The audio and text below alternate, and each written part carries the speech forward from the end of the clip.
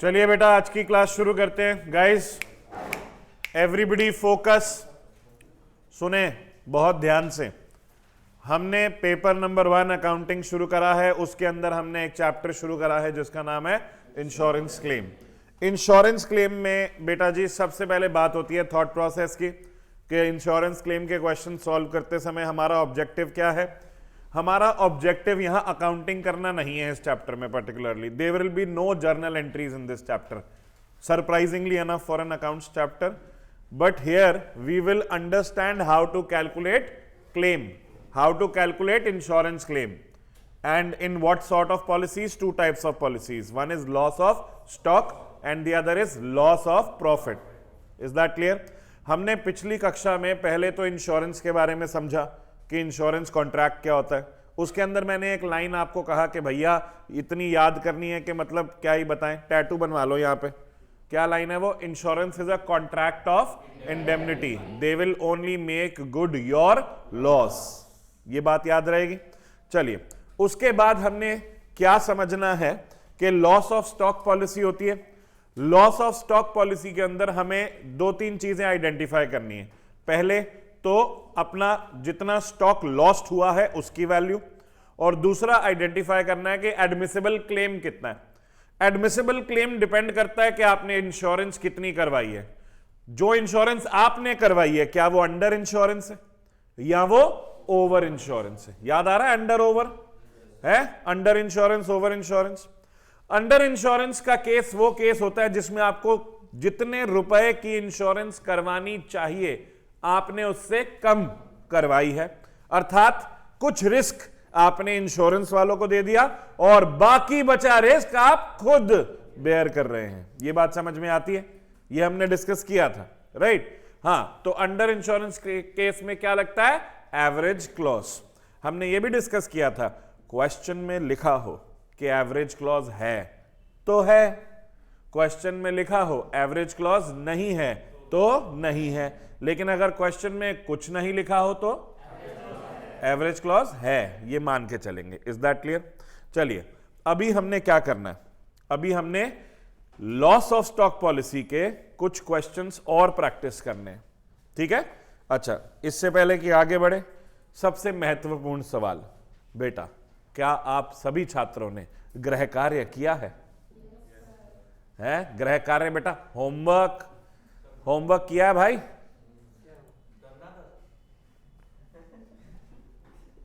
बेटा सुनो मेरी बात ध्यान से, आप भूल रहे हैं, आप शायद ध्यान नहीं दे रहे हैं इस बात पे कि मैं पंजाबी हूं, ठीक है? And teachers are equivalent to parents, ठीक है ना? And Punjabi parents have a very lethal weapon and that is called a jutti, और इन अदर ठेठ टर्म्स छित्तर। बेटा बहुत पढ़ेंगे, अगर मेरी क्लास में ये मजे लिए ना तुमने, कहना था लिख के जाता हूं मैं, है पेज नंबर, क्वेश्चन नंबर, पूरा प्रोसेस लिख के गया था मैं। मेरे को याद है कि कैसे वेबसाइट से आप वो निकाल सकते हैं, और कह रहे हो करना था। हाँ, किसने किसने होमवर्क नहीं किया? ईमानदारी से जरा हाथ खड़ा करें। वाह, बाकी सबने होमवर्क किया है?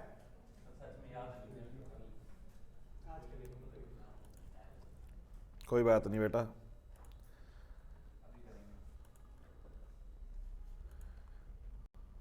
देखो अगली क्लास से जो निर्धारित समय सीमा से लेट आया क्लास में, या जिसने होमवर्क नहीं किया हुआ, तो बेटा हम वैसे ही नाश्ता वाश्ता करके तो आते नहीं हैं। वो सारे बच्चे कॉन्ट्री करके बाकी सारी क्लास को नाश्ता करवाएंगे। ये बात समझ में आ रही है कि नहीं? ध्यान रखिएगा इसका। चलिए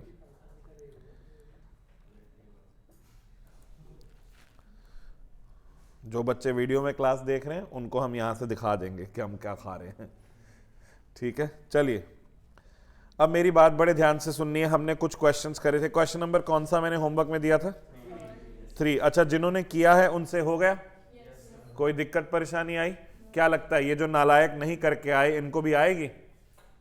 हो जाएगा इनसे भी? चलो, तो इलस्ट्रेशन नंबर 3 मैंने होमवर्क में दी थी, करिएगा प्लीज इसे। अब इलस्ट्रेशन नंबर 4 पढ़ रहे हैं।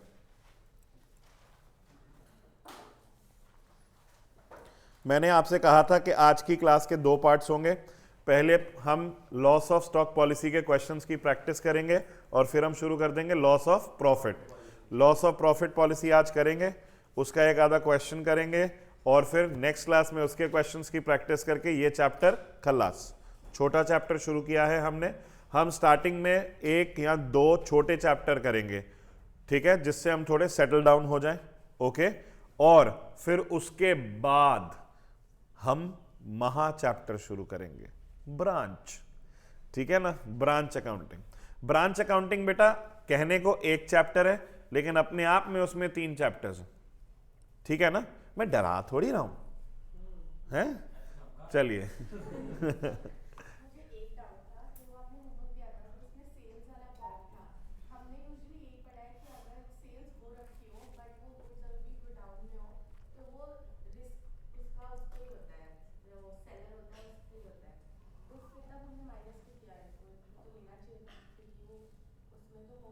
Let me read the question एक सेकंड के लिए। Sales up to 20th October 2001 includes 80,000 for which goods had not been dispatched. Actually बेटा जो आप बात कह रहे हो हमने उसी को अचीव करने के लिए माइनस किया।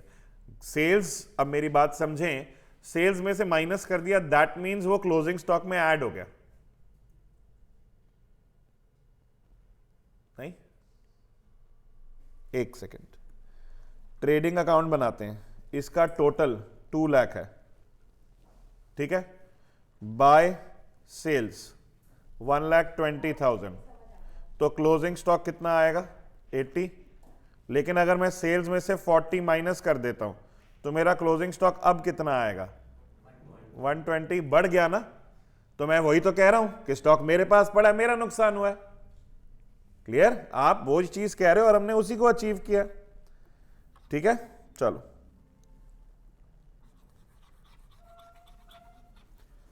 आइए इलस्ट्रेशन नंबर 4 पढ़ेंगे। अब देखेंगे करने लायक है तो करेंगे, नहीं तो फिर होमवर्क कर लेंगे। On 12th June 2002 fire occurred in the premises of NR Patel, a paper merchant. Most of the stocks were destroyed. Cost of stocks salvaged been 11,200. In addition, some stock was salvaged in a damaged condition and its value in that condition was agreed to rupees 10,500. तो 2 तरह का stock बच गया। एक तो बिल्कुल साबुत बच गया कि ठीक है ये तो स्टॉक बिल्कुल ठीक है, तो ये 11,200 रुपए का है, और बाकी जो स्टॉक है वो थोड़ा बहुत जल गया है, थोड़ा बहुत खराब हो गया है, और उसकी वैल्यू कितनी दे रखी है? 10,500। From the books of accounts the following particulars were available. पहले तो ये देखो आग कब लगी है? 12th June 2002, ठीक है। His stock at the close of the account on December 31, 2001, यानी पिछले साल का क्लोजिंग तो इस साल का opening, was 83,500. His purchases from 1st January 2002, यानी from the beginning of the year to the date of the fire amounted to 1,12,000 and his sales during that period amounted to rupees 1,54,000. तो same period की sales भी दे दी हैं और purchases भी दे दिए। ये कौन सा पीरियड है? बिगिनिंग ऑफ द ईयर से लेकर डेट ऑफ फायर। हमने तभी तक का मेमोरेंडम ट्रेडिंग अकाउंट बनाना होता है ना। चलिए, on the basis of his accounts for the past 3 years it appears that he earns on an average a gross profit of 30% of sales. ठीक है, ग्रॉस प्रॉफिट उसका कितना है? 30% ऑन सेल्स है। Patel has insured stock for 60,000, compute the amount of claim. हाँ जी, क्या लग रहा है? हो जाएगा? कोई दिक्कत है इसमें? कुछ भी नहीं है इसमें, तो डायरेक्ट एक्सपेंसेस भी नहीं है, सीधा एक मेमोरेंडम ट्रेडिंग अकाउंट बनाएंगे, है ना। कर दें क्या? 2 मिनट लगेंगे। क्या होमवर्क देना है? तुम करते तो हो नहीं।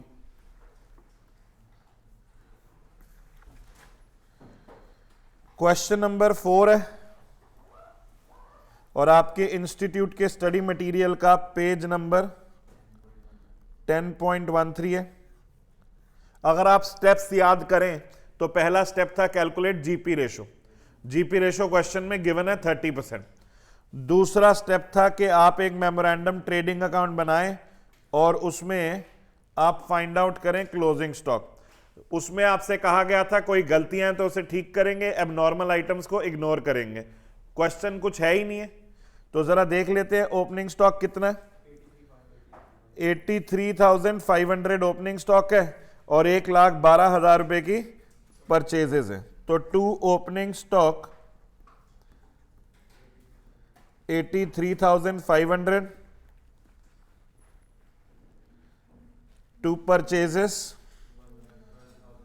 1,12,500 बाय सेल्स कितनी है 1,54,000, वो 500 नहीं है, 1,54,000। तो टू जीपी 1,54,000 का 30%, आप कह रहे हैं 46,200, तो मैंने लिख दिया बाय क्लोजिंग स्टॉक, ये बैलेंसिंग फिगर आ गया 87। ये जो 87,700 है ये है value of stock as on the date of fire, value of stock as on the date of fire.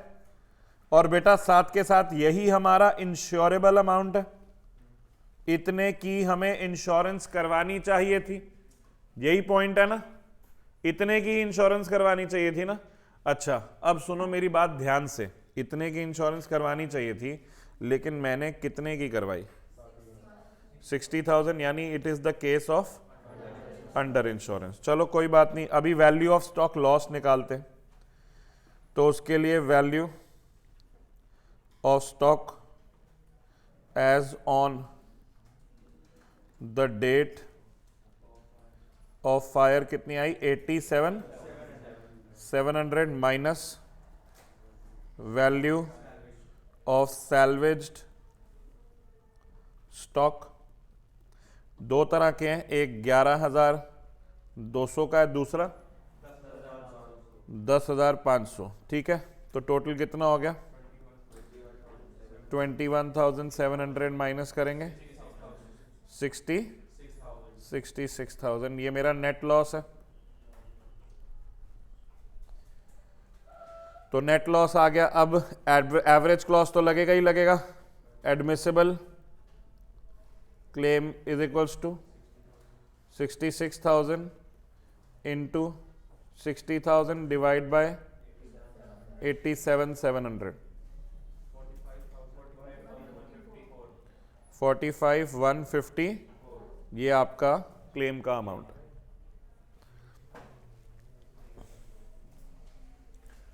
Clear है?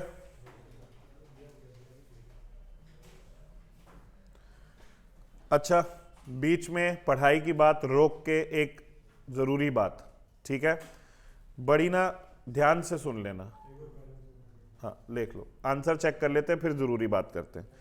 आंसर ये हटा दूं अब 1 मिनट के लिए, मुझे आंसर चेक करना है। आंसर हमारा 45,154, ठीक है, ठीक है। चलिए जरूरी बात क्या करनी है गाइस, सुनो। रजिस्ट्रेशन टू सीए इंटर, ठीक है।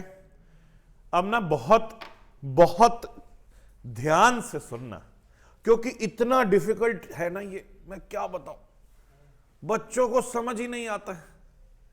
There are 2 things, listen to me carefully. One is registration, one is examination form. समझ में आ रही है? जैसे आपने फाउंडेशन में किया था ना, 9,200 रुपए भरे थे, है ना, और उसके बाद पेपर देने समय 1,500 रुपए भरे थे, तो 2 अलग अलग फॉर्म भरे थे। ऑलरेडी एक्सपीरियंस्ड हो नालायको। अब रजिस्ट्रेशन करनी है आपने किसके लिए, सीए इंटर, ठीक है। सीए इंटर के लिए रजिस्ट्रेशन करनी है। इसके इंटर की रजिस्ट्रेशन करने के लिए उसी एसएसपी पोर्टल पे दोबारा जाना, वहां पे रजिस्ट्रेशन करना है। वहां पे 2 चेक बॉक्सेस आएंगे, ठीक है, एक आएगा डायरेक्ट एंट्री और एक आएगा फाउंडेशन रूट। आप कौन से रूट से आए तो कृपया उसे ही चूज करें। समझ में आ रही है? पहला तो ये पॉइंट। दूसरा, फाइनली जब आप फॉर्म में डिटेल्स वगैरह भर दोगे, जो कागजात चाहिए अपलोड कर दोगे, उसके बाद वो कुछ चेक बॉक्सेस देगा रजिस्ट्रेशन के ऑप्शंस के लिए। आपने कौन सा ऑप्शन चूज करना है? पहले तो मैं आपको समझाता हूं। सीए इंटर में कितने ग्रुप्स हैं? 2। सीए इंस्टीट्यूट वाले आपको ऑप्शन देते हैं कि आप रजिस्टर चाहे एक ग्रुप के लिए करवा लो, चाहे दोनों के लिए करवा लो। उसमें आगे और ऑप्शन देते हैं कि आप रजिस्टर आर्टिकलशिप की फीस अभी ही दे दो या बाद में दे देना। समझ में आ रही है? तो करीबन करीबन आपको 5-6 ऑप्शंस देंगे। Is that clear? मेरी बात बड़े ध्यान से सुनना। At the end of the day बेटा सीए करनी है ना? तो दोनों ग्रुप रजिस्टर भी करवाने हैं, आर्टिकल्स भी करवाने हैं। तो आप कौन सा ऑप्शन चूज करें? मेरी सलाह है कि बोथ ग्रुप्स विद आर्टिकल्स। समझ में आ रही है? उसकी फीस होगी 18,000 रुपए। कितनी होगी? 18। अगर किसी बच्चे की 18,200 आ रही होगी, इसका मतलब उसने स्टूडेंट्स जर्नल को भी टिक कर लिया है बीच में। ठीक है? स्टूडेंट्स जर्नल एक इंस्टीट्यूट द्वारा बनाई गई, सर्कुलेट की गई एक जर्नल मैगजीन है जो मंथली बेसिस पे भेजी जाती है आपके एड्रेस पे, और पहुंचती शायद सेमी एनुअली बेसिस पे है? अच्छा, तो फिर एनुअली बेसिस हो गया। इंस्टीट्यूट की जर्नल की फीस देने के बाद अगर आपके घर 12 की 12 प्रतियां आ गई तो बेटा ये एक इंडिकेशन है कि यू आर गॉड्स फेवरेट। समझ में आ रही है? हाँ। तो जर्नल वैसे बहुत अच्छी चीज है पढ़ने के लिए, आईसीआई की, नो डाउट। उसके अंदर आपके प्रोफेशन से रिलेटेड आर्टिकल्स और लेटेस्ट न्यूज आती है, लेकिन मिल जाए तो अच्छा है। ठीक है? अब मेरी बात सुनो। अब देसी तरीका, उन ऑप्शंस में से वो ऑप्शन सिलेक्ट करना है जिसपे 18,000 फीस बने। समझ में आई? ठीक है? नहीं तो क्या होगा, बार बार रजिस्ट्रेशन कराते रहोगे। ग्रुप 1 की रजिस्ट्रेशन, सर मैंने तो ग्रुप 1 ही देना है। ठीक है, वो एग्जाम फॉर्म में भर लेना ना। जब आप एग्जाम फॉर्म भरोगे ना तो उसके अंदर ऑप्शन आएगा कि आपने कौन से पेपर देने हैं, ग्रुप 1 का, ग्रुप 2 का या बोथ का। समझ में आई? रजिस्ट्रेशन तो एक ही बार में करा लो ना।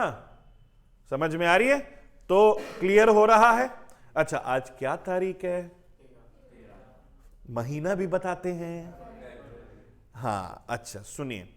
इंस्टीट्यूट के गाइडलाइंस के अकॉर्डिंग अगर आपको नवंबर अटेम्प्ट देना है तो आपको 1 मार्च तक अपनी रजिस्ट्रेशन करवा लेनी होती है। कब तक? 1 मार्च तक। ठीक है? अभी क्योंकि पेपर लेट हुए हैं, it is expected, not sure, that they will extend this date. समझ में आ रही है? But let's not consider this, let's get ourselves registered in time. समझ में आ रही है? इसीलिए anybody has even single doubt in filing the forms, we are here, we will fill your forms as we did the last time. ठीक है ना? तो उसके अंदर कोई दिक्कत नहीं होनी चाहिए, but you need to understand कि टाइमली ये फॉर्म्स फिल करने जरूरी हैं, otherwise you will not get the November attempt. Is that clear? अब ये फर्स्ट है, 31st है, मैं एक बार कंफर्म कर दूंगा, मैं भी थोड़ा रस्टी मेमोरी है मेरी, मेरे हिसाब से फर्स्ट है। देखते हैं, हो सकता है कंफ्यूज हो रहा हूं मैं। 31st है? 31st ही है? अच्छा, तो 31st होगी, मैं ध्यान नहीं ध्यान तो हाँ, नहीं वो नहीं हो सकता आपका मई का हो ही नहीं सकता। ठीक है ना? और फाउंडेशन की जो डेट्स हैं वो अलग है, बाय द वे। इंटर की अलग डेट्स हैं जो होती है ना। तो रजिस्ट्रेशन के कोई फॉर्म्स नहीं निकलते इंस्टीट्यूट के, रजिस्ट्रेशन ऑल ईयर राउंड चलती रहती है, बस उस डेट के अकॉर्डिंगली आपका अटेम्प्ट सेट हो जाता है। समझ में आ रही? ऐसा नहीं है कि अभी कोई फॉर्म निकले हैं आपको दुकान से जाके खरीदने हैं, ऐसा कुछ भी नहीं है। ठीक है, everything will be the same, clear. और जब एक बार रजिस्ट्रेशन करा लो तो जो बुक्स ऑर्डर करनी होंगी वो भी मेरे से बात कर लेना, ठीक है ना, बुक्स ऑर्डर का भी मेरे से बात करनी है, ओके। ये क्लियर हो गया, माइंड में रजिस्ट्रेशन टारगेट बना लिया है। तुम तो फरवरी का ही बना के चलो, तुम मार्च सोचो ही मत, है तुम्हारे पास, ठीक है। लेकिन फॉर्म बड़े ध्यान से एहतियात से भरना है, ठीक है ना। कई बच्चों का पंगा हो जाता है, और मैंने फाउंडेशन के टाइम पे भी बोला था, साइबर कैफे, पड़ोस के चाचा जी, इन सब किसी से फॉर्म नहीं भरवाना। आप अपने आप अपना फॉर्म खुद भरेंगे या हमारे सुपरविजन में भरेंगे। समझ में आ रही है, क्लियर है? नहीं तो दिक्कतें होती रहती हैं बाद में। एक लड़की पिछले साल की बात है, पिछले साल की बात है एक्चुअली, और लास्ट डेट थी, फारूक नगर में रहती हैं मैडम, और साइबर कैफे से फॉर्म भरवा लिया, नालायक ने डायरेक्ट एंट्री का फॉर्म भर दिया। 3 महीने तक पैसे भी फंसे रहे, रिफंड भी नहीं आया, और अटेम्प्ट भी लेट हो गया, ठीक है। पिछले ही बैच में, जो कोरोना में इंटर का बैच, जो भी बच्चे पास हुए हैं ना, कम से कम 3 बच्चे ऐसे हैं, नाम भी याद है मुझे, जो फॉर्म डिले होने की वजह से अपना पेपर नहीं दे पाए। अब वो मई अटेम्प्ट देंगे, जबकि तैयार, उनको पूरा साल यही लग रहा है हमारा नवंबर अटेम्प्ट है, उनको पता ही नहीं उन्होंने फॉर्म लेट भरा है। समझ में आ रही है? अभी ये जो ऑप्ट आउट का ऑप्शन आया था ना, याद है अभी ऑप्ट आउट का ऑप्शन आया था, तो ये ऑप्ट आउट के ऑप्शन का भी फॉर्म गधों ने, कई 1-2 बच्चों ने ढंग से नहीं भरा, और जब ऑप्ट आउट के पेपर आ रहे हैं तो हमें फोन कर रहे हैं बार बार, सर एडमिट कार्ड नहीं आया, सर एडमिट कार्ड नहीं आया। मैं क्या जादूगर हूं, ले आऊंगा? है नहीं हो सकता ना, फॉर्म ढंग से भरने होते हैं, ठीक है ना, तो उसमें ध्यान देना होता है, क्लियर। चलिए आगे बढ़ते हैं, वापस अपने टॉपिक पे आते हैं।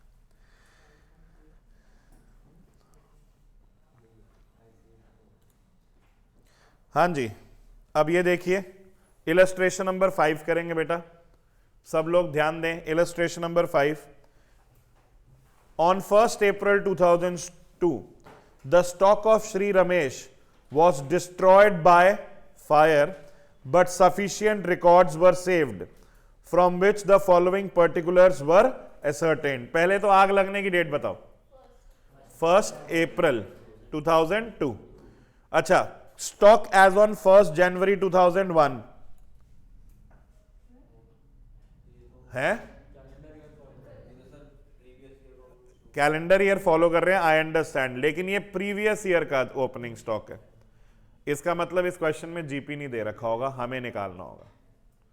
समझ में आ रही है? मैंने आपको क्या स्टेप लिखवाया था? पहला, कैलकुलेट जीपी रेशो। अभी तक कैलकुलेट करना पड़ा नहीं ना, तो अब करना पड़ेगा। तो अब ये कह रहे हैं कि पिछले साल का ओपनिंग स्टॉक क्या था? 73,500। पिछले साल का क्लोजिंग स्टॉक क्या था? 79,600। पिछले साल का क्लोजिंग स्टॉक बेटा कोइंसिडेंटली इस साल का ओपनिंग स्टॉक भी होता है, ठीक है ना। अच्छा, purchases year and till 31st December 2001, पिछले साल की परचेजेस दे रखी है। फिर sales year ended 31st December 2001, 4,87,000 पिछले साल की परचेजेस और सेल्स दोनों देख ली। फिर purchases 1st January 2002 to 31st March 2002, यानी बिगिनिंग ऑफ द ईयर से डेट ऑफ फायर तक की परचेजेस हैं। फिर सेल्स की बात करें तो बिगिनिंग ऑफ द ईयर से डेट ऑफ फायर तक की सेल्स है। ओपनिंग स्टॉक नहीं दे रखा इस साल का, पिछले साल का क्लोजिंग दे रखा है ना, तो वही इस साल का ओपनिंग हो जाएगा। In valuing the stock for the balance sheet at 31st December 2001, यानी पिछले साल का closing, ₹23,300 had been written off on a certain stock which was a poor selling line having cost of 6,900। बेटा उस पर्टिकुलर स्टॉक की cost क्या थी? 6,900, जिसमें से हमने कितना राइट ऑफ कर दिया था? 2,300। 6,900 में से 2,300 माइनस करो तो 4,600 रुपीस का स्टॉक क्लोजिंग स्टॉक में है, क्लोजिंग स्टॉक में है, अगले साल के ओपनिंग स्टॉक में है। चलो, अ portion of these goods were sold in March 2002 at loss of ₹250 on original cost of 3,450। पूरा नहीं सामान, अ पोर्शन, ठीक है ना, अभी समझाऊंगा धीरे धीरे, क्वेश्चन पढ़ते रहो। The remainder of this stock was now estimated to be worth its original cost, subject to the above exception the gross profit had remained at a uniform rate throughout the year. कौन सा rate, क्या rate नहीं पता, वो तो हम निकालेंगे। फिर the value of stock salvage was 5800, the policy was for ₹50,000 and was subject to the average clause. Work out the amount of claim of loss by fire. चलिए तो ध्यान से सुनेंगे। इसके अंदर सबसे पहले हम क्या कर रहे हैं, क्वेश्चन 5 जिसका पेज नंबर क्या है, 10.13 पे ही है ये भी बेटा, जहां से शुरू हो रहा होता है वो पेज नंबर लिखते हैं। आप खुश हो जाओ, ये लो, ठीक है। तो मैंने क्या लिखा है, मैंने 1 लिखा है ये,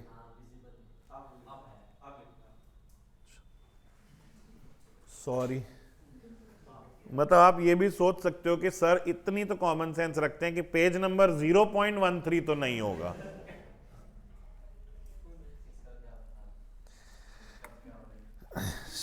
स्टेप 1, कैलकुलेट जीपी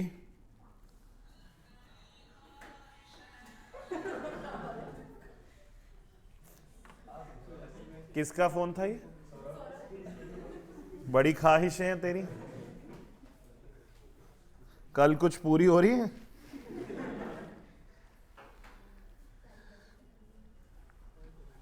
सृष्टि कैसी है,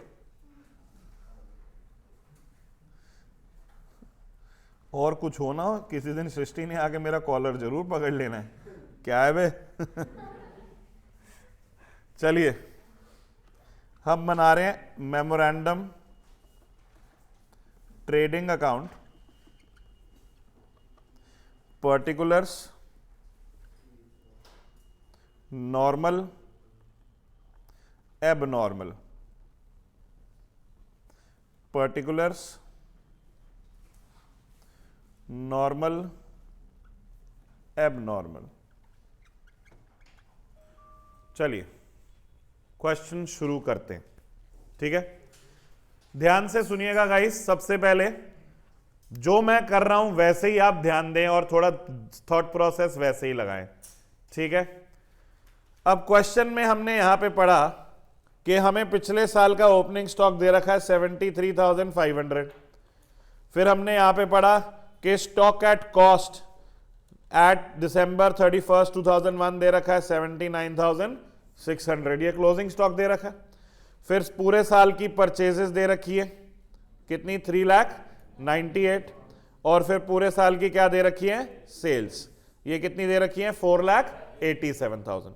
लेकिन अब यहां पे एक एडिशनल इंफॉर्मेशन दे रखी है कि in valuing the stock for the balance sheet at 31 December 2001, यानी क्लोजिंग स्टॉक पिछले साल का, यानी हम बात कर रहे हैं 79,600 वाले स्टॉक की, है ना। तो वो कह रहे हैं 79,600 वाले स्टॉक में 2300 रुपए राइट ऑफ करे हमने सर्टेन स्टॉक पे which was a poor selling line, और उसकी कॉस्ट कितनी थी, 6,900। ये बात समझ में आ रही है। तो सबसे पहले मैं क्या करता हूं, सबसे पहले मैं क्लोजिंग स्टॉक ही लिख देता हूं। चलो यहां पे bye closing stock, abnormal item है 4600 का। सर ये कैसे पता लगा आपको, 6900 की उसकी कॉस्ट थी और उसमें से 2300 हमने क्या किया था, राइट ऑफ। ये बात समझ में आती है। तो उस स्टॉक में एबनॉर्मल आइटम कितना था, 4600 का। ये बात समझ में आती है, क्लियर है। अच्छा गाइज आगे समझते हैं। टोटल स्टॉक जो क्लोजिंग वाला है वो कितना दे रखा, 79,600। 79,600 में से 4600 निकाल दो तो कितना बचता है, 75,000। Is that clear. अच्छा यहां पे लिखता हूं बाय सेल्स, कितनी सेल्स है, 4,87,000। एबनॉर्मल कुछ बिका नहीं, ठीक है। अच्छा, अब यहां पे मेरे को लिखना है 2 ओपनिंग स्टॉक और यहां पे लिखना है 2 परचेजेस। सिर्फ इतना लिखें और मेरी बात सुने, ठीक है। एबनॉर्मल आइटम क्या इस साल के क्लोजिंग स्टॉक में है? हां या ना? है ना, तभी मैंने उसको अलग से लिखा। वो कहां से आया?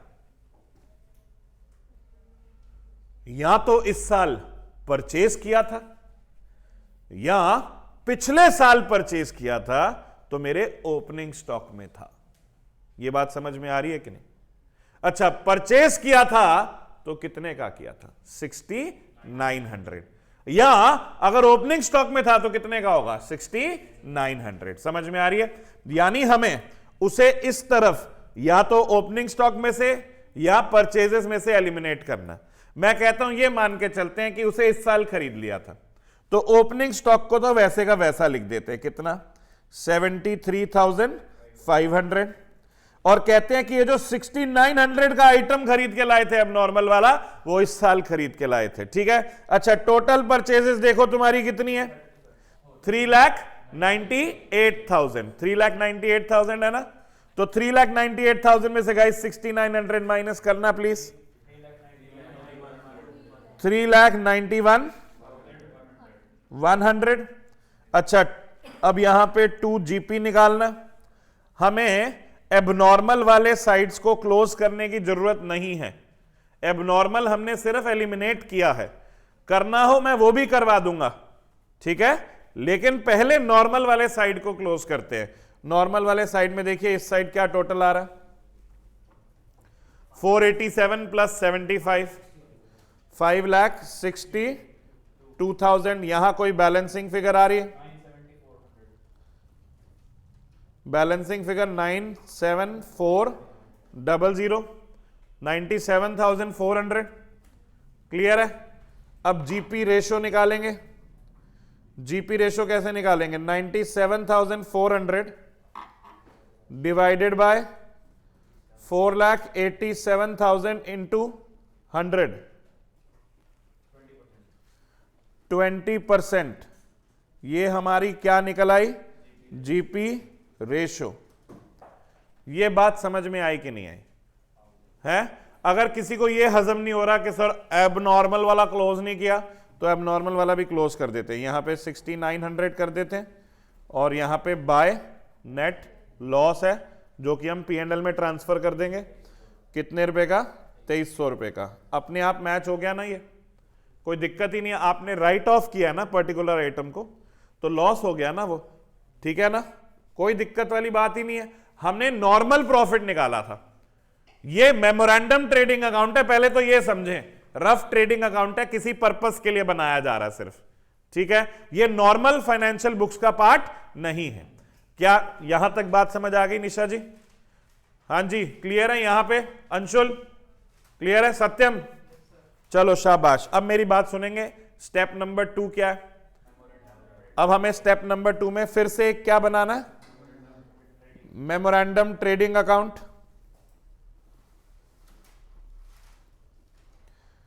अच्छा, ये बनाना है 1 जनवरी 2002 से लेकर 31 मार्च 2002, क्योंकि 1 अप्रैल को आग लगी थी।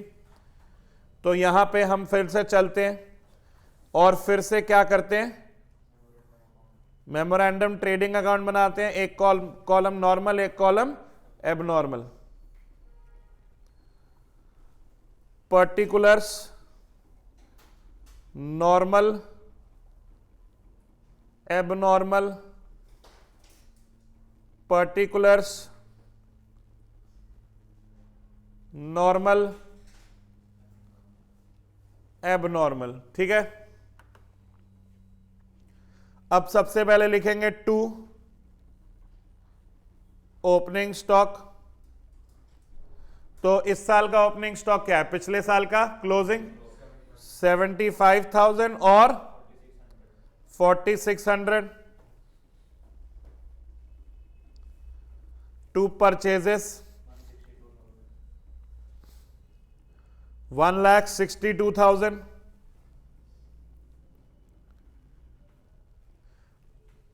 बाय सेल्स, यहां पे रुक जाएंगे, इधर तक कर लो, मेरे साथ पहुंच जाओ और फिर अब क्वेश्चन समझते हैं, ठीक है। बाय सेल यहां पे रुक जाएंगे और क्वेश्चन पढ़ेंगे आगे। क्वेश्चन पढ़ेंगे, अ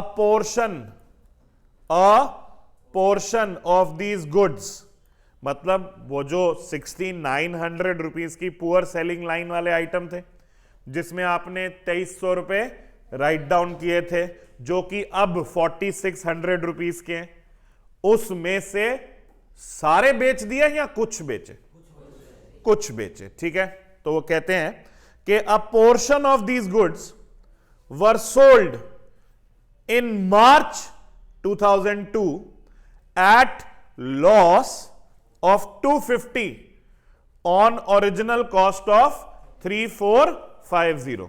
तो 3,450 रुपए की ओरिजिनल कॉस्ट का सामान हमने उसकी ओरिजिनल कॉस्ट से 250 रुपए में कम में बेच दिया। समझ में आ रही है? तो बेटा अगर 3,450 रुपए ओरिजिनल कॉस्ट है तो उसमें 250 कम कर दो, 3,200। हमने कितने में बेच दिया? 3,200। तो यानी जो सेल्स का अमाउंट है 2,31,200, इसमें वो 3,200 की एबनॉर्मल सेल है। समझ में आ रही है? तो यहां पे हम क्या करेंगे, 3,200 तो यहां लिख देंगे एबनॉर्मल में, और 2,31,200 में से माइनस कर देंगे 3,200। कितना आएगा? 2,28,000। निशा को समझ नहीं आ रहा? श्योर? चलिए, तो बाय सेल्स में 2,28,000 आ गया। Is that clear? यस और नो? चलो शाबाश। अब हमें जीपी रेशो के बारे में भी बात करनी है ना, तो 2 यहां पे लिखेंगे ग्रॉस प्रॉफिट। हां जी, 2 ग्रॉस प्रॉफिट। अब आपको पता है कि पिछले साल 20% का प्रॉफिट था और उन्होंने बताया कि पुअर सेलिंग लाइन वाले आइटम्स को छोड़ के जो जीपी है वो थ्रू आउट सेम रहा है। तो यानी 2,28,000 पे 20% जीपी लगा के निकाल सकते हो, 45,600। तो क्या मैं यहां पे bye closing stock balancing figure लिख सकता हूं? नॉर्मल वाले की बात कर रहा हूं सिर्फ, ये बैलेंसिंग फिगर निकाल के बता रहे हैं आप। 54,600, एक टोटल भी 282,600, ठीक है। अब देखो, अगर ये सारा सामान बिक जाता, अगर ये पुअर सेलिंग लाइन वाला सारा सामान बिक जाता, हमारा काम यहीं खत्म था। लेकिन वो कहते नहीं, एक पोर्शन बिका, ठीक है। और उसके बारे में आगे और बता रहे हैं, कह रहे हैं द रिमाइंडर, यहां से पढ़ेंगे, the remainder of this stock was now estimated to be worth its original cost. तो वो कह रहे हैं कि अब जो सामान बच गया, हमने माना कि वो ओरिजिनल कॉस्ट के बराबर है। जरा एक काम करते हैं, याददाश्त तेज करते हैं। ये जो सामान आया था, ये खरीदा कितने का था? 6,900 का। समझ में आ रही है? इसकी पूरे सामान की ओरिजिनल कॉस्ट कितनी थी? 6,900। इसमें से कितनी ओरिजिनल कॉस्ट का सामान बेच दिया? 3,450। तो बाकी बचे सामान की ओरिजिनल कॉस्ट क्या है? 3,450 ही है। और वो कह रहे हैं ये अब इतनी ही वैल्यू पे है। इसकी वैल्यू क्या है? यही है। मतलब इस साल हमने उसे उसकी ओरिजिनल कॉस्ट पे ही वैल्यू किया है। हो सकता है मार्केट में उसकी डिमांड बढ़ गई हो, तो आपने कहा हो कि नहीं यार अब तो ये अच्छे दाम पे बिक जाएगा। समझ में आ रही है? तो आपने उसे किस पे वैल्यू किया? वापस उसकी ओरिजिनल कॉस्ट पे। तो यहां पे ध्यान देंगे कि हम 3,450 पे उसे यहां लिख दें। समझ में आ रही है? तो सॉरी, हाँ, तो इस बार हमने उसको इंक्रीज कर दिया ना। आप इन्वेंट्री को वैल्यू करते हो एज पर AS2 जो आपने फाउंडेशन में भी पढ़ा है, एट कॉस्ट और net realisable value whichever is less. हर साल ये कंपैरिजन करते हो, ठीक है ना। तो पिछले साल के ईयर एंड पे नेट रियलाइजेबल वैल्यू कम थी तो आपने राइट ऑफ कर दिया, इस साल के एंड पे नेट रियलाइजेबल वैल्यू ज्यादा आ रखी है तो आप कॉस्ट पे वैल्यू कर रहे हो। समझ में आ रही है कि नहीं? तो आप एक तरह से इस साल प्रॉफिट बुक कर रहे हो, ठीक है। अब यहां पे देखो ये 3450 आना चाहिए, ये बात सबको समझ आई कि नहीं आई? आ गई। एक बात मैं बता दूं बेटा, ध्यान से सुनो। कई बार क्या होता है, हम लोग क्लास में ये सोचते हैं कि अगर मैं हाथ खड़ा कर दूंगा कि मुझे समझ नहीं आया तो शायद the other people will think less of me, या सर मेरे को कुछ डांट देंगे या मेरा मजाक उड़ाएंगे। इनमें से सिर्फ एक बात सही है, सर मजाक उड़ाएंगे, लेकिन इसमें कोई बड़ी बात नहीं है। किसी ना किसी का उड़ना ही है बेटा, और तुम्हारा एम भी उड़ना ही है। तो आंसर पूछ लो, क्वेरी समझ लो, एक बार, दो बार, तीन बार पूछो, अभीक से सीखो, ठीक है कि नहीं? कि क्वेरी पूछने में कभी कोई शर्म नहीं करनी, ठीक है। पूछा करो हमेशा। पता है क्या होता है, आप आज सोचते हो कि नहीं यार मैं ना दोबारा करूंगा, मेरे को समझ में आ जाएगा। आपको समझ में नहीं आता है, आप वैसे ही बिजी लाइफस्टाइल वाले बंदे हो, आपको छोटे छोटे क्वेरीज वगैरह ये सब भूल जाती हैं। फिर जब आप प्रैक्टिस करने बैठते हो फिर ये चीजें आड़े आती हैं। ये छोटे छोटे क्वेश्चंस हैं, स्कोरिंग क्वेश्चंस हैं, इनमें ही दिक्कतें आने लग पड़ी तो कैसे चलेगा, ठीक है। क्लियर करो अपने डाउट्स। तो 3450 सिर्फ क्वेश्चन की लैंग्वेज पढ़ के मैंने यहां लिख दिया, ठीक है। अब यहां टोटल कर लो, देखो कितना आ रहा, 6650। बाकी प्रॉफिट यहां लिख दो 2050। अच्छा, मुझे इससे कोई लेना देना नहीं है 2050 से, मुझे तो लेना देना किससे है? स्टॉक से है ना। अच्छा, तो value of stock as on the date of fire. ओ सुनो, सुनना सुनना, फैक्ट्री में या गोडाउन में माल पड़ा, आग लगती है, आग की लपटें, अग्निदेव स्टॉक को भस्म करते हुए जा रहे हैं। फिर देखते हैं ओहो पुअर सेलिंग आइटम, नहीं इसे नहीं जलाना। ऐसा होगा क्या? आग सिर्फ इधर लगेगी? दोनों में ही लगेगी ना। तो जो value of stock as on the date of fire आएगा बेटा, वो केवल 54,600 आएगा या 3450 भी ऐड होगा? ऐड होगा ना। तो मेरे को अब बताइए कि value of stock as on date of fire कितना है? 58,050, ठीक है, यही टोटल है। चलिए, अच्छा एक बात बताइए, भाई साहब ने इंश्योरेंस कितने की करवा रखी है?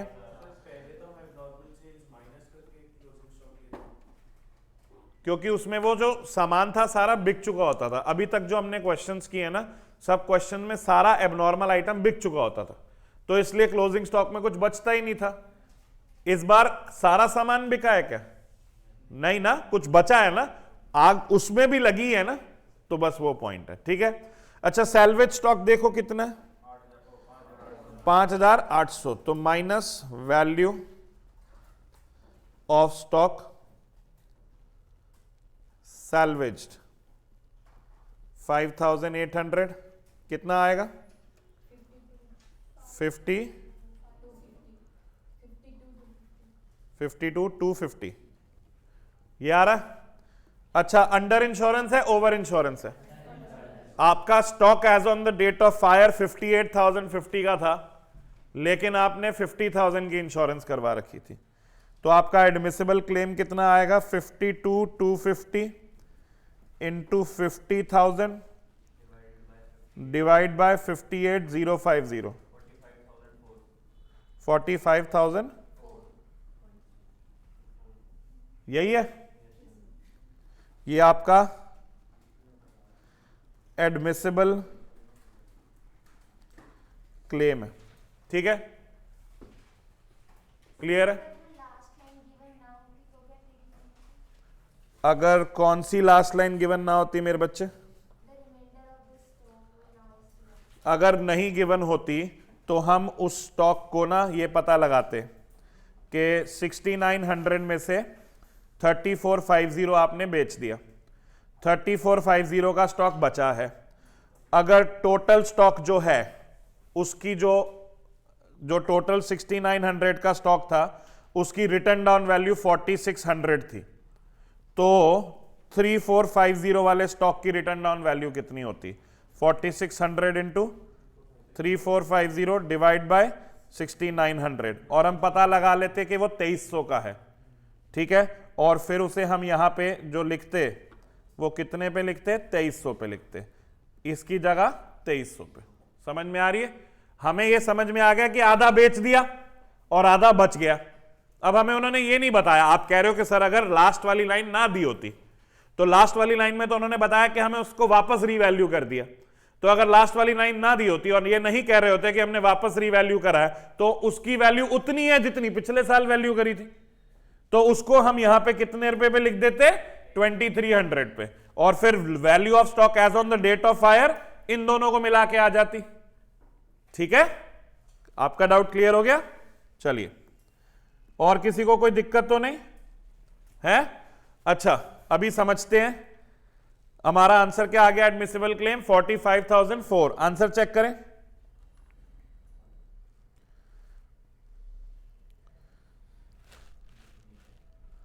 $45,004 टू बी प्रिसाइज। क्लियर है? क्लियर है ये क्वेश्चन सबको? अच्छा, क्वेश्चन नंबर 6 मेरे ख्याल से डिट्टो।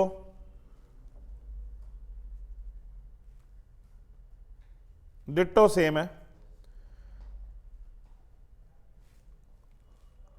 बिल्कुल सेम है।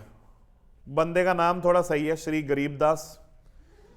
और परचेज में ना और क्या कर रखा है, परचेज के साथ परचेज रिटर्न्स भी दे रखी हैं, तो आपको पता है आप नेट परचेजेस ले लोगे। तो आपका आज का पहला गृह कार्य क्या है बेटा? उदाहरण संख्या 6, इलस्ट्रेशन नंबर 6। मैं लिख देता हूं हमेशा की तरह, और आप इग्नोर कर सकते हैं हमेशा की तरह, कि इलस्ट्रेशन नंबर 6 आपका होमवर्क है। और ये कौन से पेज पे है? Page number 10.15।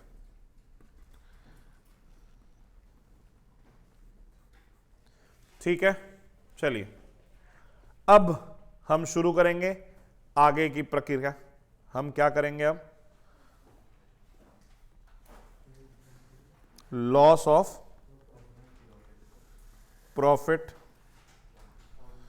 Policy.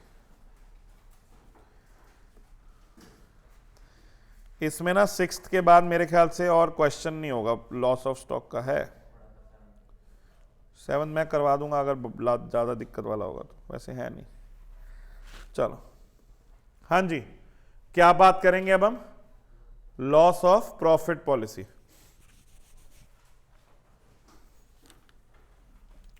Loss of profit policy.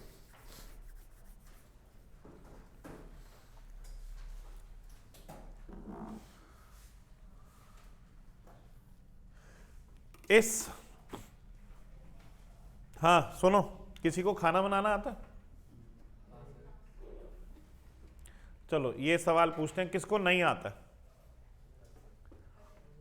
ज्यादा बच्चे नहीं, और मोस्टली लड़के भी कह रहे हैं आता है। क्या बात है, अच्छा क्या बात है। तुषार को आता है खाना बनाना?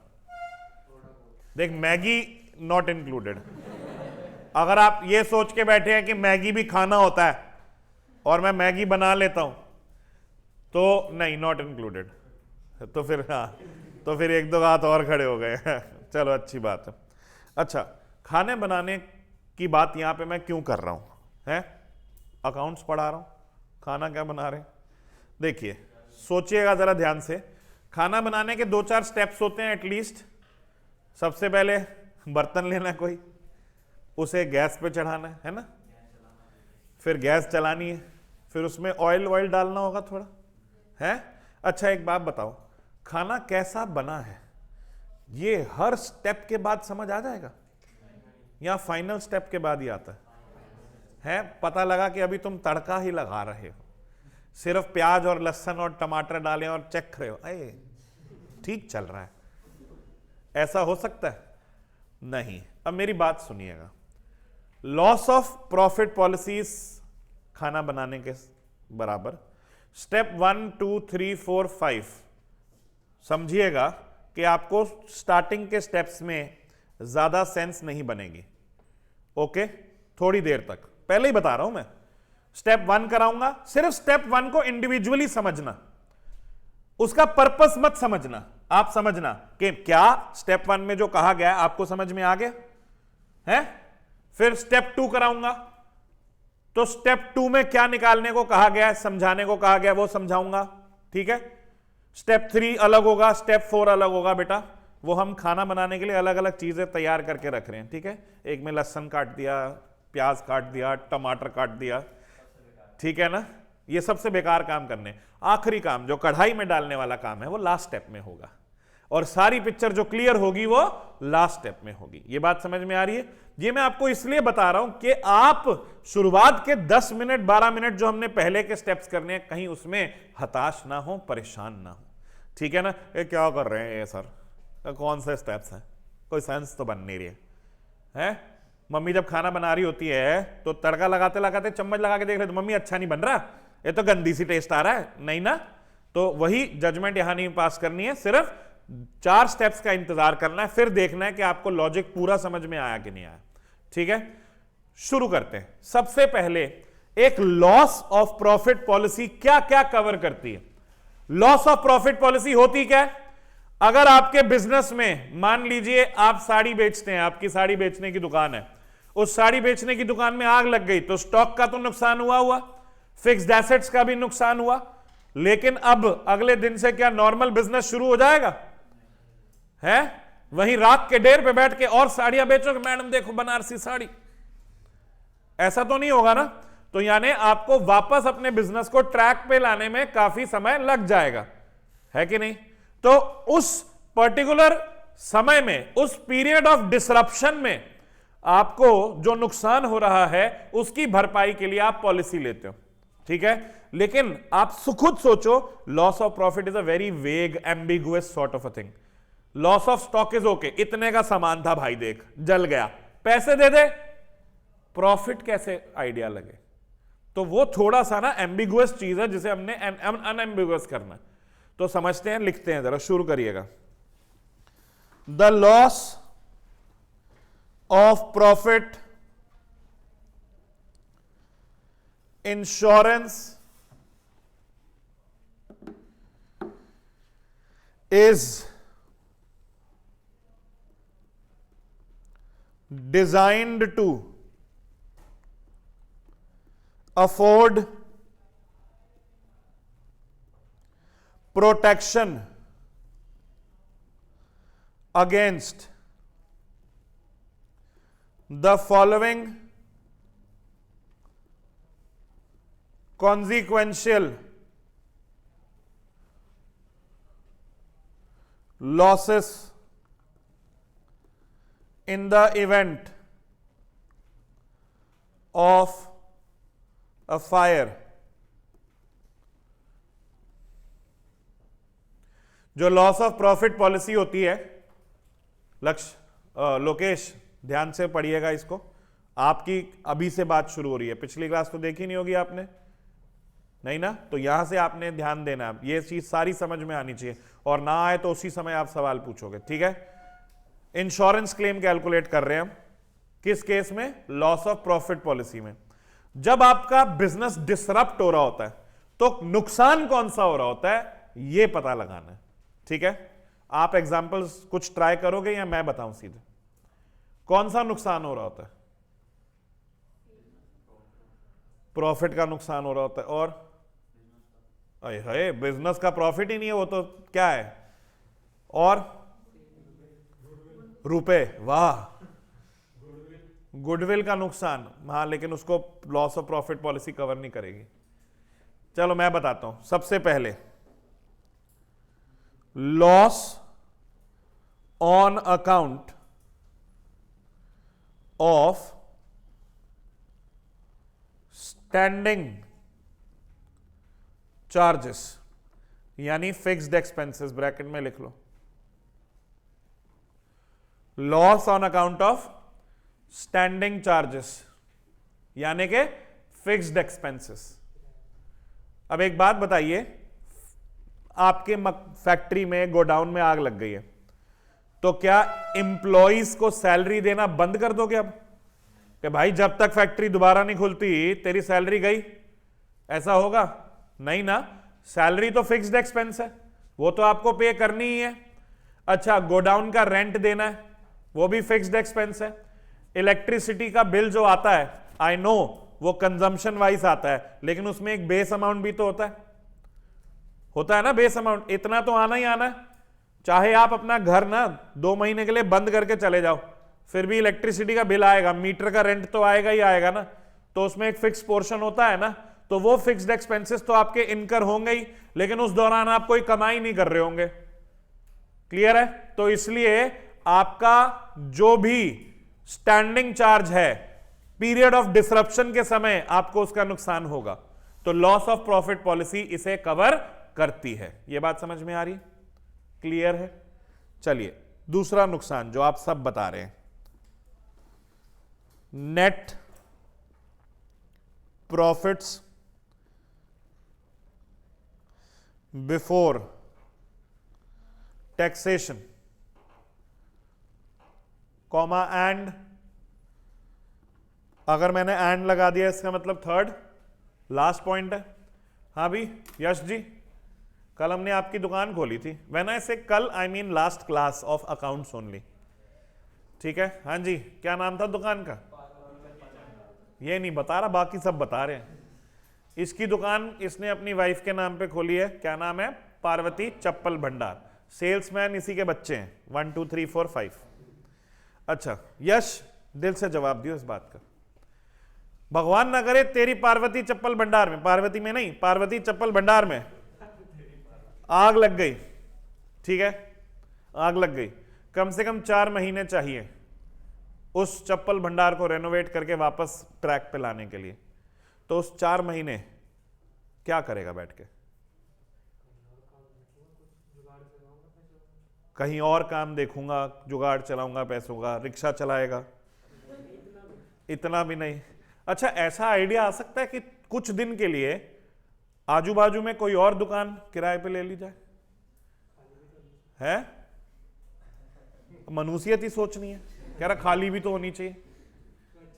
है? आप सोचिए ना कि दुकान आपकी जल गई, उसमें रेनोवेशन हो रही है, तो क्या काम धंधा बंद कर दोगे?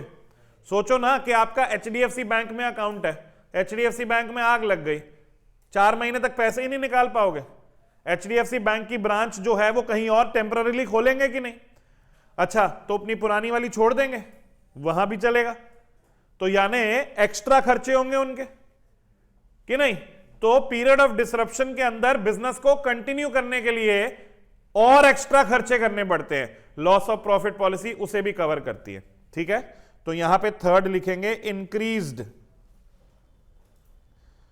Cost of working. समझ में आ रही है? तो एक लॉस ऑफ प्रॉफिट पॉलिसी कितनी तरह की चीजों को कवर करती है? 3 तरह की चीजें। पहला स्टैंडिंग चार्जेस, दूसरा नेट प्रॉफिट, तीसरा एडिशनल एक्सपेंसेस या इंक्रीज्ड कॉस्ट ऑफ वर्किंग। ये बात समझ में आ रही है कि नहीं? क्लियर है? चलिए अब लिखेंगे practical steps.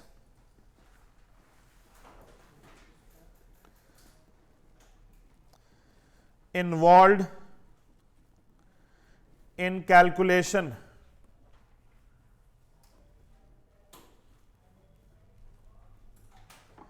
of claim under loss of profit policy।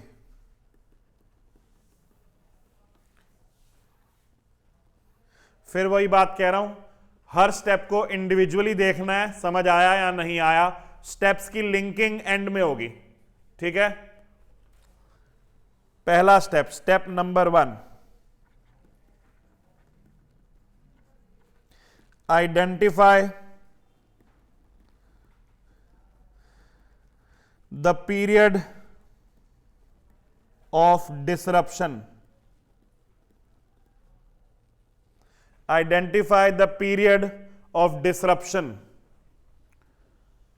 और इंडेमनिटी पीरियड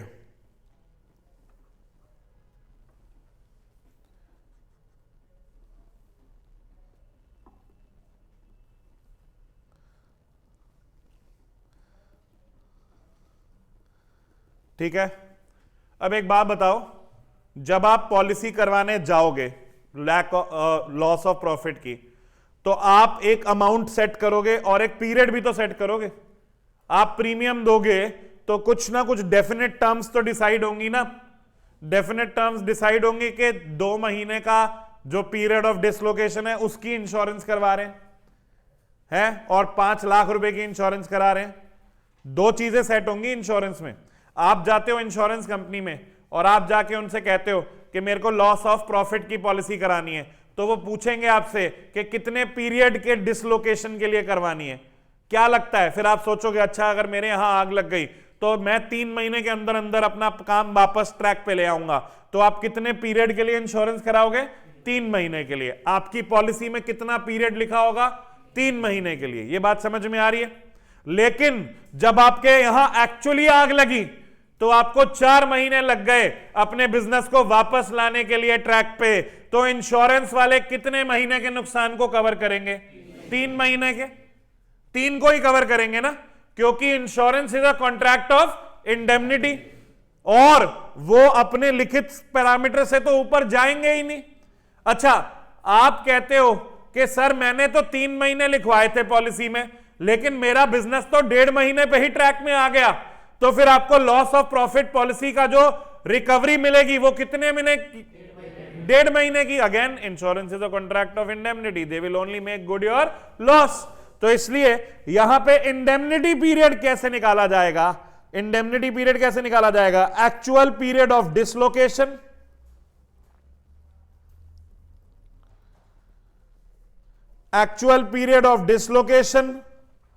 और period mentioned in policy whichever is less, whichever is less।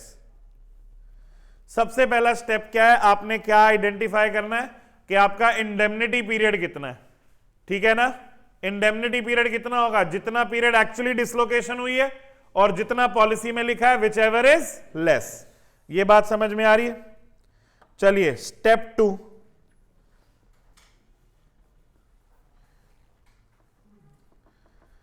Calculate GP ratio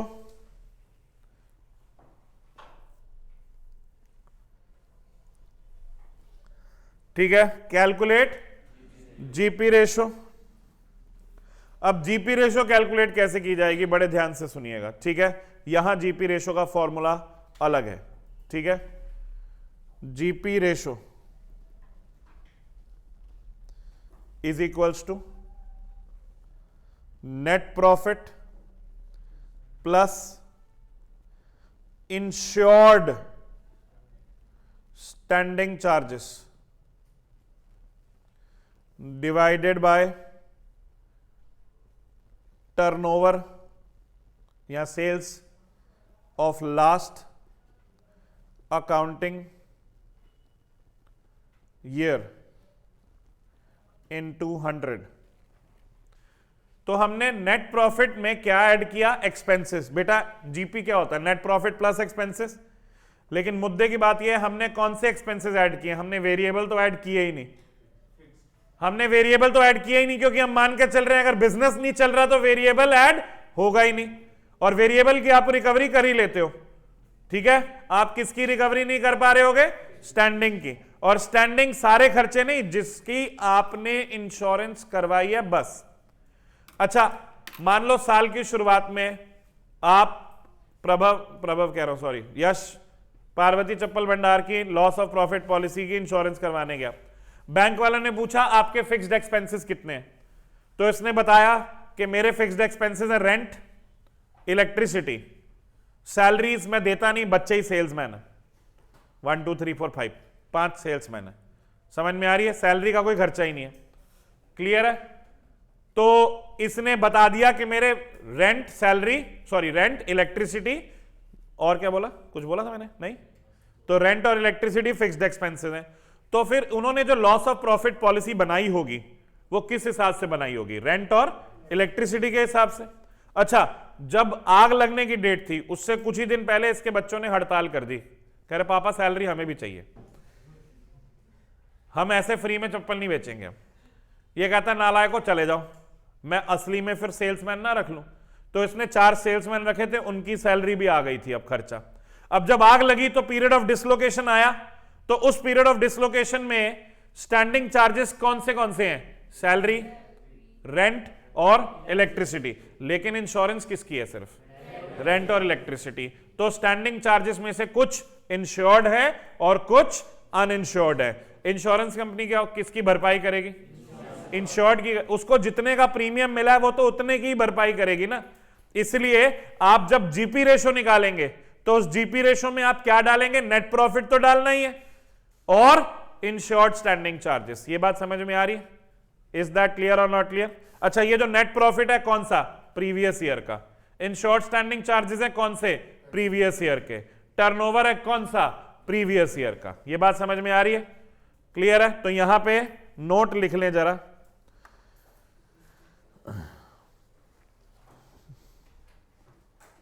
GP ratio,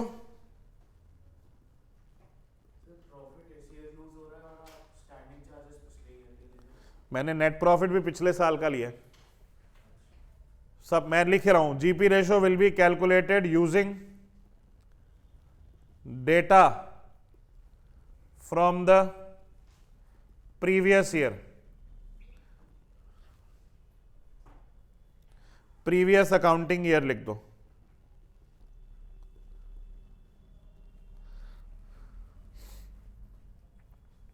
previous accounting year. ठीक है? क्लियर है guys? Previous accounting year. Okay. अच्छा, अब मेरी बात ध्यान से सुनना, एक और point.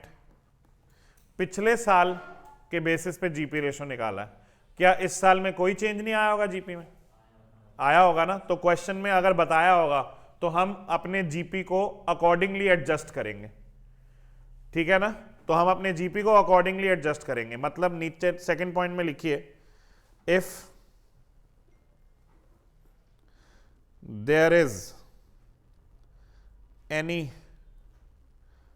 Changes in GP due to trend effect, same shall be adjusted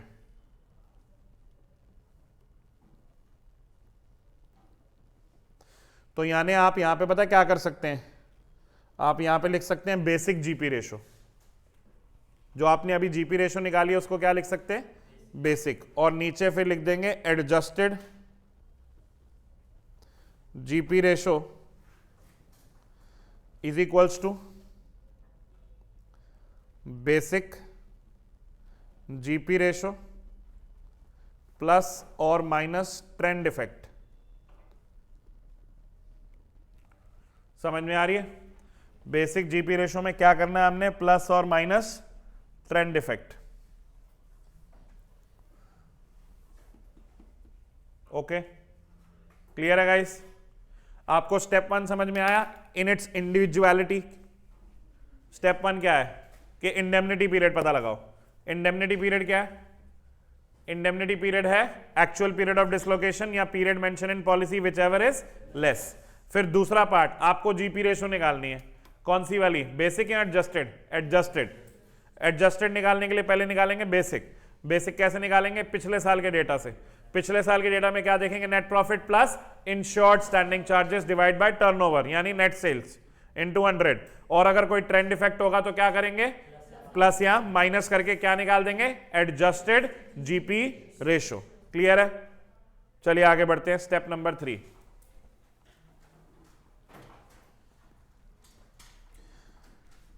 calculate insurable amount, insurable amount. Insurable amount क्या होता है हिंदी में बताना? जितने की इंश्योरेंस करवानी चाहिए थी, ठीक है। अच्छा, नीचे लिखेंगे insurable amount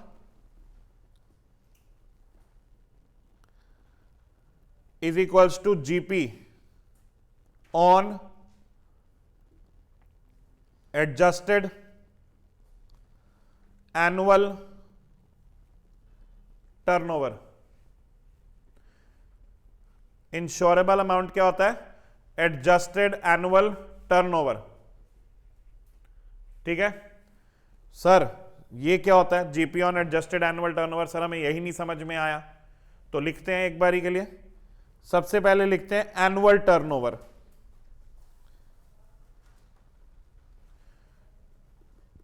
sir annual turnover क्या होता है?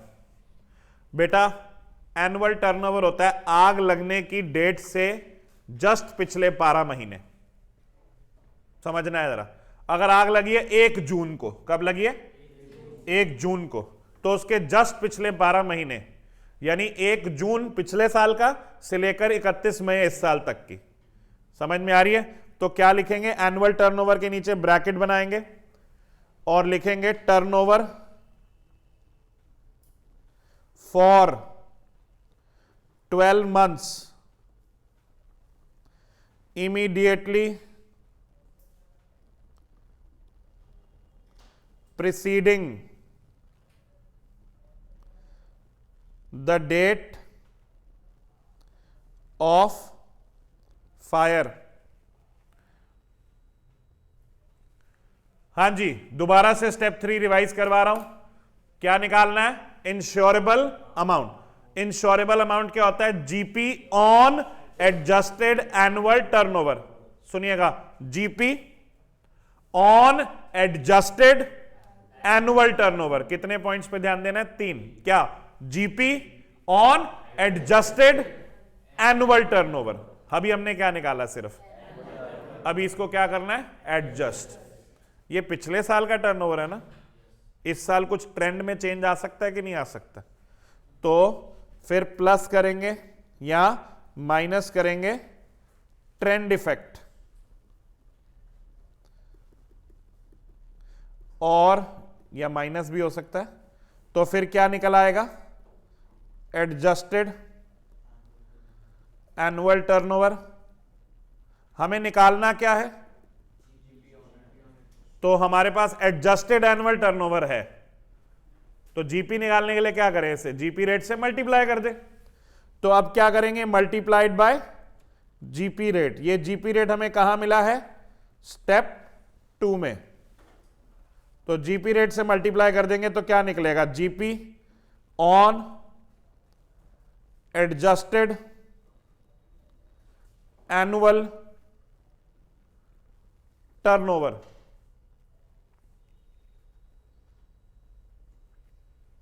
GP on adjusted annual turnover. Clear है? और GP on adjusted annual turnover निकल आएगा। अपेरेंटली यही आपका क्या है? Insurable amount. क्लियर है कि नहीं क्लियर है? तो स्टेप 1, स्टेप 2, स्टेप 3। स्टेप 1 में क्या निकाला? पीरियड ऑफ डिसलोकेशन या इंडेमनिटी पीरियड। स्टेप 2 में क्या निकाला? GP ratio. स्टेप 3 में क्या निकाला? Insurable amount. स्टेप 1 दोबारा से रिवाइज करते हैं। पीरियड ऑफ डिसलोकेशन क्या होगा? एक्चुअल पीरियड ऑफ डिसलोकेशन और period mentioned in policy whichever is less. Step 2 में क्या करना है? जीपी रेशो निकालनी है। डेटा कौन सा लेना है? प्रीवियस ईयर का। पहले क्या निकालेंगे? Basic GP ratio. Basic GP ratio कैसे निकालेंगे? Net profit plus insured standing charges divide by net sales, यानी टर्नओवर इनटू 100। ये निकल गया बेसिक जीपी रेशो, जो कि कौन से साल के डेटा से निकला है? पिछले साल के। तो adjusted GP ratio will be basic GP ratio plus या minus trend effect. Is that clear?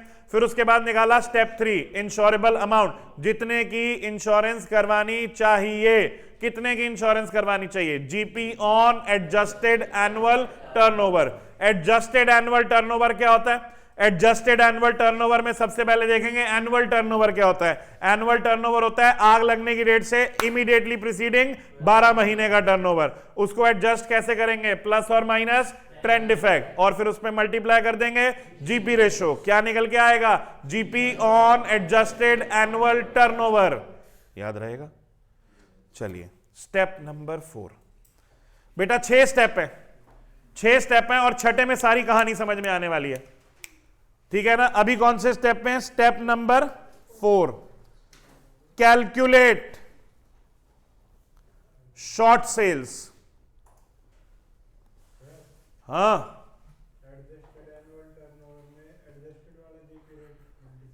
हाँ एडजस्टेड वाला, फाइनल एडजस्टेड वाला। तो अब ये मत बोल दियो सर फिर ये तो एडजस्टेड स्क्वायर एनुअल टर्नओवर हो गया। हाँ जी गाइस, क्या निकालना है, calculate short sales. What is short sales,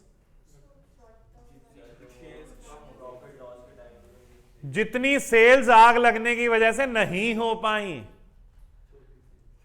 short sales कह रहे हैं, छोटी सेल्स। कोई बच्चे टैक्स मिक्स कर रहे, कह रहे सर शॉर्ट टर्म कैपिटल वाली। सर नालायक, कौन था ये शॉर्ट टर्म कैपिटल वाला, यहां से बोला था किसी ने, पार्वती के पति तो नहीं बोला था ना। अच्छा सॉरी पार्वती के पति। हाँ जी हाँ, ये अमीर लोग ऐसे हैं क्या ही करेंगे हम। और बेटा कैसी चल रही है तुम्हारी एमजी हेक्टर, अच्छी चल रही है, बढ़िया। आपने भी चलाई तो बच गई। 7 on 10 दिए हैं, अच्छा ये भी ठीक। वो है ऑटोमेटिक है या मैनुअल है, ओके। दीदी ने बड़ी वाली स्कूटी चलाई है, 4 टायरों वाली, ठीक है। और क्या मैं बता रहा हूं बेटा, बिल्कुल बेटा, I feel his pain his. और क्या, उन्होंने कितने दिल पे पत्थर रख के बिटिया को गाड़ी दी होगी, ये मैं जान सकता हूं, मैं समझ सकता हूं बेटा, और नहीं तो क्या। मैं नई नई गाड़ी लाया था अपनी 5 साल पहले, अभी तो खटारा दिखती है, पहले भी ऐसी ही दिखती थी, लेकिन मैं लाया था शोरूम से लेके आया हूं, और अगले दिन मेरी सिस्टर कह रही है भाई मैं चलाऊंगी। उसने जिंदगी में साइकिल नहीं चलाई और कह रही भाई मैं चलाऊंगी। फिर भी देखो भाई हूं, बहन से प्यार करता हूं, मैंने कहा ठीक है बहन तू चला। और मैंने खाली मैदान में, रामलीला मैदान नहीं सेक्टर 5 में, यहां जाके उसको गाड़ी पकड़ा दी, मैंने कहा ले चला। मतलब मैं बता रहा हूं वहां के कुत्ते अपनी जान बचा के भाग रहे थे, ऐसे ऐसे। कुत्तों में कितना दिमाग होता है, सीधा नहीं भाग रहे, जिगजैग भाग रहे, पता है कहीं निशाना ना लग जाए। ये भी देख अच्छी बात है। और ऐसा नहीं है बेटा कि मैं ऐसा हूं कि मैं महिलाओं के खिलाफ हूं कि महिलाएं ड्राइव नहीं कर सकती, मैं बस इतना कहता हूं कि कुछ नहीं कर सकती, कुछ महिलाएं ड्राइव नहीं कर सकती, बाकी करती हैं। ऐसा नहीं है, मैं कई जानता हूं, कई व्यक्तियों, कई महिलाओं को जानता हूं जो बहुत अच्छा ड्राइव करती हैं। मेरी एक बहुत अच्छी मित्र है, वो थार चलाती है, और वो भी पुराने स्टाइल वाले, अभी BS6 नहीं, जो स्टार्टिंग में थार आई थी ना, और वो क्या थार चलाती है बेटा, वो उसको थार चलाते हुए देख के कई लड़कों को शर्म आ जाए, और बहुत बढ़िया। और इतने गुस्से वाली व्यक्ति हैं वो, बहुत अमीर हैं, उनके पिताजी ने उनके मांगने पे, उन्होंने कोई पजेरो टाइप कोई गाड़ी मांगी थी, पिताजी ने फॉर्च्यूनर ले दी, उन्होंने अपनी फॉर्च्यूनर पिताजी की मर्सिडीज में ठोक दी गुस्से में जान के। और सुनो, वो ड्राइव इन पार्किंग होती है ना बड़े लोगों के घरों में, ड्राइव इन, तो आगे फॉर्च्यूनर खड़ी है, पीछे मर्सिडीज खड़ी है, पहले फॉर्च्यूनर मारी है दीवार में मारी है, फिर पीछे मर्सिडीज में मारी है, फिर आगे दीवार में मारी है। मिला ही होगा बेटा, अब मैं क्या जानूं, अमीरों की बातें हैं बेटा। हाँ पता नहीं होगा पीछे मर्सिडीज खड़ी है, वैसे माइट भी। चलिए अच्छा सुनिएगा, अब हमने क्या निकालना है, हमने निकालना है standard turn short sales. Short sales के लिए हम शुरुआत करेंगे, यहां पे देखें सब लोग लिखते रहें साथ में, स्टैंडर्ड टर्नओवर। सबसे पहले क्या निकालना है? Standard turnover. नाम दिया है, आप नाम से मतलब मत रखें, काम से मतलब रखें। सर स्टैंडर्ड टर्नओवर क्या होता है? ठीक है, मैं पहले समझाता हूं, ध्यान से सुनिए। हाँ, अभी फरवरी का मंथ चल रहा है, तो लेट्स से कैलेंडर ईयर अगर लेके चलते हैं, चलो कौन सा ईयर? कैलेंडर। तो मैं एक टाइमलाइन बनाता हूं यहां पे, गाइस ये ड्रॉ मत करिएगा, अभी मैं यहां पे टाइमलाइन बना रहा हूं। ये स्टैंडर्ड टर्नओवर अभी मिटा देता हूं, दोबारा से लिखूंगा, आपने नहीं मिटाना है। तो यहां पे देखते हैं कि ये हमारा जो साल शुरू हुआ है वो शुरू हुआ है 1 जनवरी 2021। ठीक है, मान के चल रहा हूं हम कैलेंडर ईयर देख रहे हैं, और आज क्या डेट है? 13 फरवरी।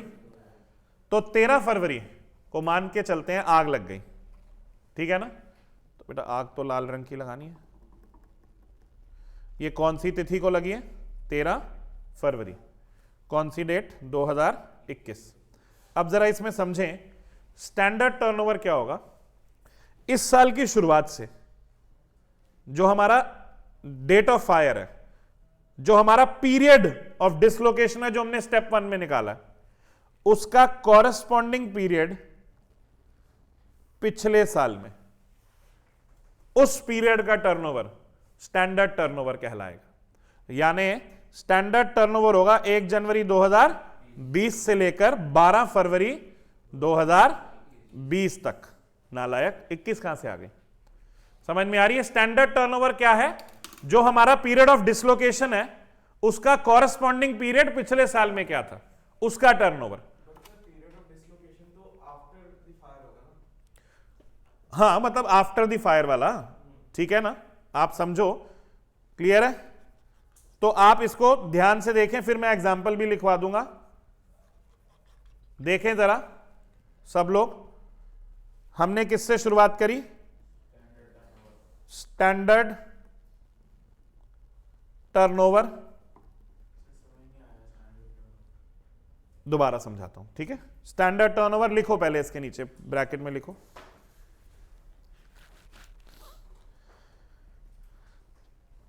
turnover for the period, turnover for the period corresponding to indemnity period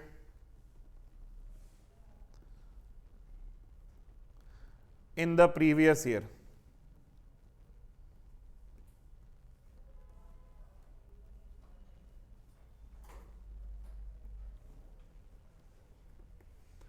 ठीक है, जिसको जिसको समझ में नहीं आया दोबारा देखो।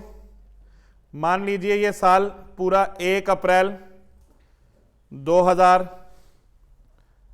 1 जनवरी से शुरू कर रहे थे ना हम, तो 1 जनवरी 2021 से शुरू हुआ, खत्म कब होगा? 31 दिसंबर 2021 को।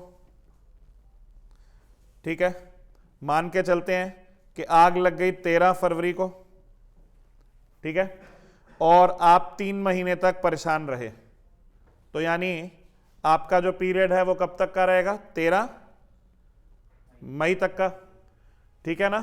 स्टैंडर्ड टर्नओवर है इस पीरियड के कॉरेस्पॉन्डिंग पिछले साल का पीरियड, यानी 13 फरवरी 2020 से 12 मई 2020 तक का पीरियड। कुछ समझ में आया कि इस साल का जो पीरियड हम परेशान रहे, इस साल का जो पीरियड हमारा कवर्ड है इंश्योरेंस पॉलिसी में, जो हमारा एक्चुअल इंडेमनिटी पीरियड है, उसका पिछले साल का कॉरेस्पॉन्डिंग पीरियड, उसका टर्नओवर।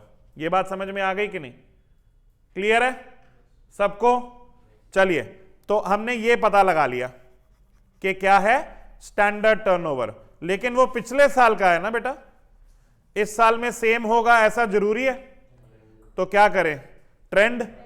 तो क्या करेंगे? प्लस या माइनस ट्रेंड इफेक्ट। और ये प्लस या माइनस करने के बाद आएंगी एक्सपेक्टेड सेल्स। क्या आएंगी? एक्सपेक्टेड सेल्स, मतलब इतनी होनी चाहिए थी इस पीरियड में। अच्छा, इसमें से माइनस कर देंगे actual sales during indemnity period. आपकी जो एक्चुअल सेल्स, एक्सपेक्टेड सेल्स थी, एक्चुअल सेल्स उससे कम ही होगी क्योंकि बिजनेस तो नॉर्मली चला नहीं है।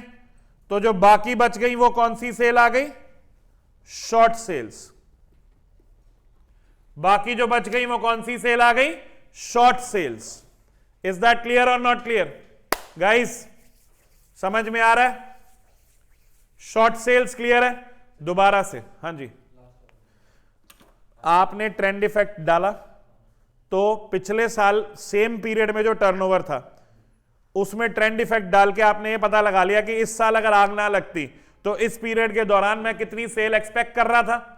उसमें से आप माइनस कर दो कि जो एक्चुअल सेल्स हुई हैं अब आग लगने के बाद उस पीरियड में, हो सकता है जीरो हुई हो सकता है थोड़ी बहुत हो गई हो, तो जो माइनस करके बचेगी वो सेल है जो नहीं हो पाई। इतनी कम हो गई। हाँ, इतनी कम हुई है, वो सेल है जो नहीं हो पाई। ठीक है ना? उससे उतने का ही तो आपको भरपाई मिलेगी। गाइस फिर से ध्यान से सुनेंगे। स्टेप नंबर 1 क्या था? Indemnity period. Step number 2 GP ratio. Step number 3 insurable amount. Step number 4 short cell. याद रहेगा? अच्छा, स्टेप नंबर 5 बेटा मोमेंट ऑफ ट्रूथ आने वाला है। यस,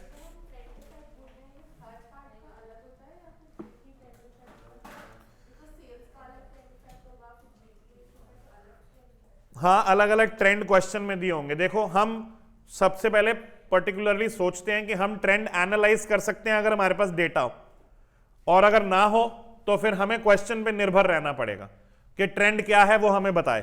तो अगर डेटा दिया होगा हम खुद एनालाइज कर लेंगे, नहीं दिया होगा तो हम क्वेश्चन पे निर्भर रहेंगे। वो भी नहीं दिया होगा हम मान के चलेंगे कोई ट्रेंड है ही नहीं, फिर पिछले साल को सेम कॉपी करना है। फिर समझ में आई?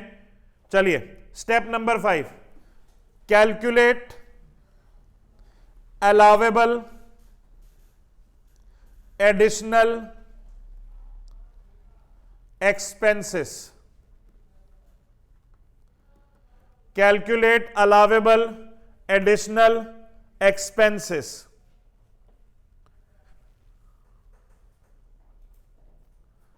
समझ में आ रही है? अच्छा सुनो, मैंने आपको कहा था लॉस ऑफ प्रॉफिट पॉलिसी 3 चीजें कवर करती है। पहला एक आपकी इंश्योर्ड स्टैंडिंग चार्जेस, दूसरा नेट प्रॉफिट, तीसरा इंक्रीज कॉस्ट ऑफ वर्किंग। यही लिखवाया था। अच्छा, नेट प्रॉफिट और स्टैंडिंग चार्जेस तो हमने जीपी रेशो में कवर कर लेंगे। अब ये बात आ रही है किसकी? एडिशनल एक्सपेंसेस के आपको इंडेमनिटी पीरियड में अपना बिजनेस को कंटिन्यू रखने के लिए कितने खर्चे करने पड़े। ठीक है? अच्छा, ये जो पार्वती चप्पल भंडार का ये जो छोटा सा मालिक आपको यहां नजर आ रहा है, ये 4.5 फुट का ये है, ये जो नजर आ रहा है आपको, ये बेटा है बहुत चालाक। ये कहता है कि मैं इंश्योरेंस कंपनी वालों को लूटूंगा। ये कहता है कि मेरा जो नॉर्मल गोडाउन रेंट था जो इंश्योर्ड है वो मान लो 50,000 रुपए का है। पीरियड ऑफ डिसलोकेशन में, इंडेमनिटी पीरियड में जब परेशानी चल रही है, जब इसका ओरिजिनल शोरूम रिस्टोर हो रहा है, ये कहता है मैंने ना 2 लाख रुपए का गोडाउन रेंट पे ले लिया था। कोई सेंस बनी इस बात की? तेरा नॉर्मल शोरूम कितने का? 50,000 रुपए का रेंट है, और तू पीरियड ऑफ डिसलोकेशन में टेम्पररी जगह ले रहा है, वो कितने की ले रहा है? 2 लाख। फिर कहता है टेम्पररी पीरियड में मुझे 10 एम्प्लॉइज एक्स्ट्रा रखने पड़ गए थे। उल्टे सीधे खर्चे बताई जाएगा तो इंश्योरेंस वाले दे ही जाएंगे? नहीं ना। तो इंश्योरेंस वालों ने ना एक सिस्टम डिवाइस किया, उस सिस्टम के अकॉर्डिंग वो एडिशनल एक्सपेंसेस आएंगे। तो वो एडिशनल एक्सपेंसेस में बहुत ज्यादा क्रैकडाउन करते हैं। कैसे? वो कहते हैं हम आपको least of the following allow करेंगे। ठीक है ना? तो जरा ध्यान से देखेंगे। Allowable additional expenses shall be the least of the following ठीक है। Number 1 actual additional expenses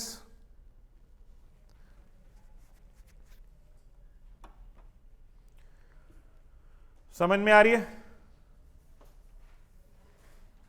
number 2, अब पहला तो सिंपल है, पहला तो जितना खर्चा है वही बोल रहे कि उतना दे देंगे। अच्छा सोचना, जरा ध्यान से सुनना। इमेजिन करो प्ले स्किट हो रही है, मैं इंश्योरेंस वाला हूं, चप्पल भंडार का मालिक। मैंने बोला और सेठ जी कितने खर्चे किए जरा आपने ये तो बता दो एडिशनली। कहते हैं एडिशनली खर्चे किए हमने 10 लाख के। क्या कह रहे हैं? एडिशनल खर्चे कितने किए? 10 लाख के। फिर मैं पूछूंगा एक बात बताना, इन एडिशनल खर्चों की वजह से, इन एडिशनल खर्चों की वजह से कितने की सेल हो गई आपकी? वो सेल जो ये खर्चे ना करते तो ना होती। कुछ समझ में आ रही है? कितनी सेल हो गई ये खर्चे करने की वजह से? वो सेल जो अगर ये खर्चे ना करते तो नहीं होती। वो बताओ कितनी हुई है? कह रहा सर 25 लाख की हुई है। ठीक है, फिर मैं पूछता हूं अच्छा जीपी कितना? तो हमने स्टेप 2 में जीपी निकाला होगा, हम कहेंगे 20% का जीपी है, तो 25 लाख का 20% कितना हो गया? 5 लाख। तो मैं कहूंगा सर देखो आप पागल हो कि आप 5 लाख कमाने के लिए 10 लाख के खर्चे कर लेते हो, हम तो ना करते। तो इसलिए हम भरपाई भी ना करें, हम मैक्सिमम भरपाई इसी 5 लाख की करेंगे। ये बात समझ में आ रही है कि नहीं? लॉजिकल है कि नहीं? तुम तो अपनी तरफ से कुछ भी खर्चा बताते जाओगे उठपटांग हैं। एक रैशनल बिजनेसमैन कभी भी जितनी सेल होनी है उस सेल के ऊपर जो जीपी आना है उससे ऊपर खर्चे करेगा? नहीं करेगा ना। तो अगर तुम उससे ऊपर खर्चे बता रहे हो मतलब तुम झूठ बता रहे हो। इसलिए हम तुम्हें इंश्योरेंस क्लेम सिर्फ उतने खर्चों का देंगे मैक्सिमम। कितना? GP on sales. कौन सी सेल्स? जो उन खर्चों को करने की वजह से हुई है या ना होने से बची है, ऐसा भी तो कह सकते हैं। ठीक है, मैं अभी इसको लिखवाता हूं ढंग से, पहले समझ में आना चाहिए। मतलब लिखेंगे जरा, ये पूरा मैं हटा देता हूं यहां से। सेकंड पॉइंट में लिखेंगे, सेकंड पॉइंट में लिखेंगे maximum saving, maximum saving of liability of insurer which will be equal to reduction in turnover avoided through increased cost of working multiplied by GP ratio. आपको ये लाइन समझ में आ रही? Reduction in turnover avoided through increase cost of working है, मतलब खर्चा बढ़ाने की वजह से कितनी सेल हो पाई। समझ में आ रही है? खर्चा बढ़ाने की वजह से कितनी सेल हो पाई। क्लियर है? ये क्वेश्चन में बताया होगा आपको कि ये खर्चा ना करते तो हमारी इतनी सेल होती, ये खर्चा कर दिया तो हमारी इतनी सेल हुई है। जो डिफरेंस है वो रिडक्शन इन टर्नओवर अवॉइडेड है और उस पे जो जीपी है। लॉजिक समझ में आ रहा है? लॉजिक समझना है, ठीक है? क्लियर है? किसके बाद? Through increase cost of working. Clear है गाइस सबको? आगे बढ़े। थर्ड पॉइंट, थर्ड पॉइंट है proportionate increased cost of working, proportionate increased cost of working. ठीक है सर, मेरी बात सुनो। मान लेते हैं कि संस्कार का है संस्कार साड़ी भंडार, ठीक है, और यश का है पार्वती चप्पल भंडार। Sanskar Sari Bhandar is a bigger showroom as compare to Parvati Chappal Bhandar. समझ में आ रही है? ठीक है, दोनों आजू बाजू में ही है, साइड बाय साइड, दोनों में एक ही दिन आग लग जाती है। दोनों ने इंश्योरेंस कंपनी से इंश्योरेंस करवा रखी है लॉस ऑफ प्रॉफिट की। दोनों को बिजनेस कंटिन्यू करने के लिए एक्स्ट्रा एक्सपेंसेस करने पड़ते हैं। संस्कार का बिजनेस 3 टाइम्स बिगर है देन यश का बिजनेस। समझ में आ रही है? तो अब जरा लॉजिकली सोच के बताना कि इंक्रीज्ड कॉस्ट ऑफ वर्किंग किसकी ज्यादा होगी? संस्कार की। क्योंकि मॉरल ऑफ द स्टोरी, आपका जो इंक्रीज्ड कॉस्ट ऑफ वर्किंग होता है वो आपके बिजनेस के साइज के अकॉर्डिंग होता है कि नहीं? अगर आपका बिजनेस ही नहीं है इतना और आप ज्यादा खर्चे कर रहे हैं तो दैट मींस आप गलत खर्चा दिखा रहे हैं, इंक्रीज्ड, आप अननेसेसरी खर्चा कर रहे हैं और इंश्योरेंस कंपनी वो क्लेम नहीं देगी। ये बात समझ में आ रही है? तो इंश्योरेंस कंपनी क्या करती है? प्रोपोर्शनेट अमाउंट निकालती है। प्रोपोर्शनेट अमाउंट निकालती है कि आपने अपने बिजनेस के साइज के हिसाब से खर्चा कितना किया है और वो प्रोपोर्शनेट निकाल के देखती है। अगर वो प्रोपोर्शनेट अमाउंट आपके एक्चुअल खर्चों से कम होता है तो कंपनी वही देगी, ज्यादा होता है तो कंपनी एक्चुअल खर्चा दे देगी। समझ में आ रही है? तो अब समझेंगे ये खर्चे कैसे निकाले जाएंगे। इंक्रीज्ड कॉस्ट ऑफ वर्किंग को मल्टीप्लाई करेंगे gross profit on adjusted annual turnover से, यानी जो आपने स्टेप 3 में निकाला है, क्या निकाला है? इंश्योरेबल अमाउंट, यही निकाला है ना, और डिवाइड बाय फिर से यही चीज insurable amount plus uninsured standing charges, uninsured standing charges.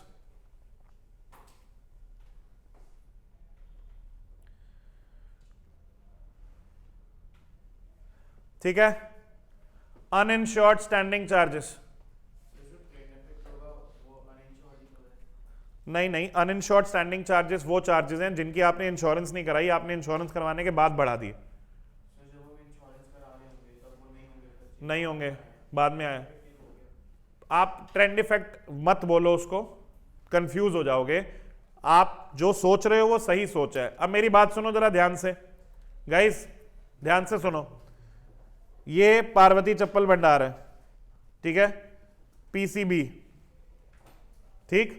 अच्छा, पार्वती चप्पल भंडार ने 1 जनवरी 2020 को अपनी इंश्योरेंस करवाई थी, ठीक है। उस दिन इसके स्टैंडिंग चार्जेस थे रेंट 1 शोरूम, ठीक है, सैलरी 10 एम्प्लॉइज, ठीक है, और इलेक्ट्रिसिटी भी 1 शोरूम, ठीक है। ये बात समझ में आ रही है? अच्छा, इस दिन इंश्योरेंस कराई है। अच्छा, साल के दौरान पार्वती चप्पल भंडार तरक्की कर गया, ओके। अच्छा, पार्वती चप्पल भंडार ने साल के दौरान एक और शोरूम ले लिया, या लेट्स से गोडाउन ले लिया पीछे वाला, तो यानी बाजू वाला शोरूम ले लिया एक और, कुछ भी आप अज्यूम कर लो कि एक और बाजू वाला शोरूम भी ले लिया, तो यहां पे एक शोरूम का रेंट और बढ़ गया। अच्छा, उसमें 5 एम्प्लॉइज और बढ़ गए और उसमें इलेक्ट्रिसिटी भी और बढ़ गई। तो ये वाले जो चार्जेस हैं ये कौन से हैं? अनइंश्योर्ड है ना। अच्छा, अब दोनों में आग लग गई, बिजनेस का लेवल बढ़ चुका है, तो इसलिए इसको इंक्रीज कॉस्ट ऑफ वर्किंग भी बढ़े हुए बिजनेस के हिसाब से लगानी पड़ेगी। इंश्योरेंस वाले उस इंक्रीज कॉस्ट ऑफ वर्किंग को क्यों देंगे? जो बढ़े हुए बिजनेस के हिसाब से, वो तो उसी इंक्रीज कॉस्ट ऑफ वर्किंग को पे करेंगे जो उस साइज के बिजनेस के हिसाब से होता है जिस साइज पे उन्होंने इंश्योरेंस करी थी। समझ में आ रही है? तो उन्होंने इसलिए तुम्हें क्या कहा कि तो जो हमारे खर्चे हैं उसको प्रोपोर्शनेट करो, न्यूमरेटर में लो GP on adjusted annual turnover, denominator में GP on adjusted annual turnover plus uninsured standing charges. समझ में आ रही है? अच्छा एक बात बताओ, अगर आपके बिजनेस का साइज बिल्कुल भी नहीं बढ़ा, आपके अनइंश्योर्ड स्टैंडिंग चार्जेस है ही नहीं, सारे चार्जेस वही हैं, तो wouldn't 1 be equal to 3? Wouldn't 1 be equal to 3 है? क्योंकि अनइंश्योर्ड स्टैंडिंग चार्जेस कितने हो जाएंगे? 0। तो numerator upon denominator will be same. So ये क्या हो जाएगा? 1/1, यानी इंक्रीज कॉस्ट ऑफ वर्किंग क्या होगी? वही सेम हो जाएगी ना। समझ में आ रही है कि नहीं? तो ये हर चीज का लॉजिक समझ में आना चाहिए। ये लिख लिया सबने? बेटा कितने स्टेप्स हो गए? दोबारा से रिवाइज करें। है ज्यादा हो गया? ओवरलोड हो गया? हुआ है कि नहीं हुआ? पहले ये बताओ, हाँ या ना? थोड़ा, कोई बात नहीं, टेंशन नहीं। मैंने आपको चैप्टर की शुरुआत में बताया था कि जब मैं लॉस ऑफ स्टॉक पढ़ाता हूं, बच्चों को लॉस ऑफ स्टॉक आसान लगता है, लॉस ऑफ प्रॉफिट पढ़ाता हूं थोड़ा मुश्किल लगता है, लेकिन जैसे ही वो थोड़ी सेल्फ स्टडी करते हैं तो लॉस ऑफ प्रॉफिट आसान हो जाता है। क्यों? क्योंकि लॉस ऑफ प्रॉफिट मैकेनिकल है, वही चीज है सब जगह, कोई ट्विस्ट नहीं, कोई टर्न नहीं। समझ में आ रही है? रिवाइज करते हैं। स्टेप नंबर 1 क्या है? Indemnity period. इंडेमनिटी पीरियड क्या होता है? एक्चुअल पीरियड ऑफ डिसलोकेशन या period mention in policy, whichever is less. Second, GP ratio. GP ratio निकालेंगे पहले, basic GP ratio. Basic GP ratio निकालेंगे, net profit plus insured standing charges divide by turnover into 100। फिर उसके अंदर adjusted GP ratio निकालेंगे trend effect को add करके। Step number 3, insurable amount. Insurable amount होता है GP on adjusted annual turnover. Adjusted annual turnover कैसे निकालते हैं? एनुअल टर्नओवर, एनुअल टर्नओवर होता है आग लगने की डेट से प्रीसीडिंग 12 मंथ्स। उसमें ट्रेंड इफेक्ट एडजस्ट करते हैं, ट्रेंड इफेक्ट करने के बाद आ जाता है एडजस्टेड एनुअल टर्नओवर, उस पे जीपी मल्टीप्लाई करके इंश्योरेबल अमाउंट निकाल देते हैं। फिर निकालते हैं स्टेप 4 में शॉर्ट सेल। शॉर्ट सेल में हमें चाहिए स्टैंडर्ड टर्नओवर। स्टैंडर्ड टर्नओवर है इंडेमनिटी पीरियड का कॉरस्पॉन्डिंग पीरियड पिछले साल में। फिर उसमें ऐड करेंगे ट्रेंड इफेक्ट, तो आ जाएगी एक्सपेक्टेड सेल, उसमें से माइनस कर देंगे एक्चुअल सेल, तो क्या निकल आएगी? Short cell. ये बात समझ में आ रही है? और सुनिएगा जरा ध्यान से।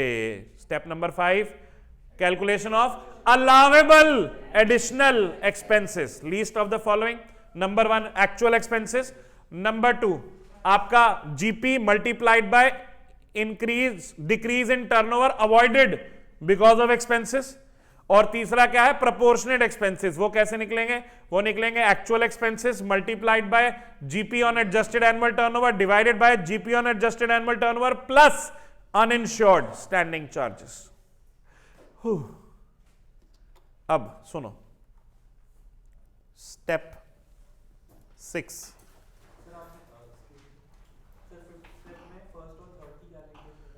मैंने बताया था कि अगर कोई अनइंश्योर्ड स्टैंडिंग चार्जेस नहीं होते हैं तो फर्स्ट और थर्ड बराबर होंगे। अगर ये 0 है तो ये और ये सेम है, तो 1/1 हो जाएगा ना। क्लियर है? चलो, कैलकुलेशन ऑफ एडमिसिबल क्लेम। सबसे पहले आप क्या करेंगे? ध्यान से सुनिएगा। सबसे पहले आप निकालेंगे GP on short sales,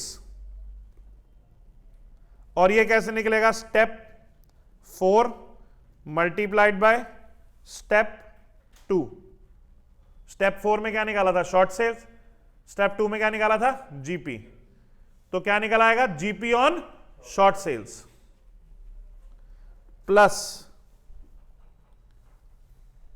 plus allowable additional expenses. ये कहां पे निकला? स्टेप 5 में। और इसमें से माइनस कर देंगे savings in standing charges if any. अगर मान लो आपके मकान मालिक ने कह दिया कि चल 2 महीने का रेंट मत दे, तो आपका तो बचत हो गई ना।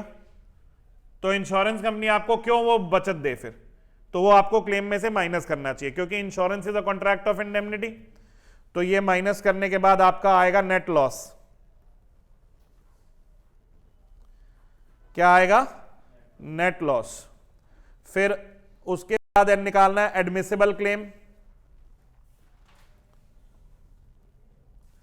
एडमिसिबल क्लेम के दो केसेस हो जाएंगे, एक हो जाएगा ओवर इंश्योरेंस और एक हो जाएगा अंडर इंश्योरेंस।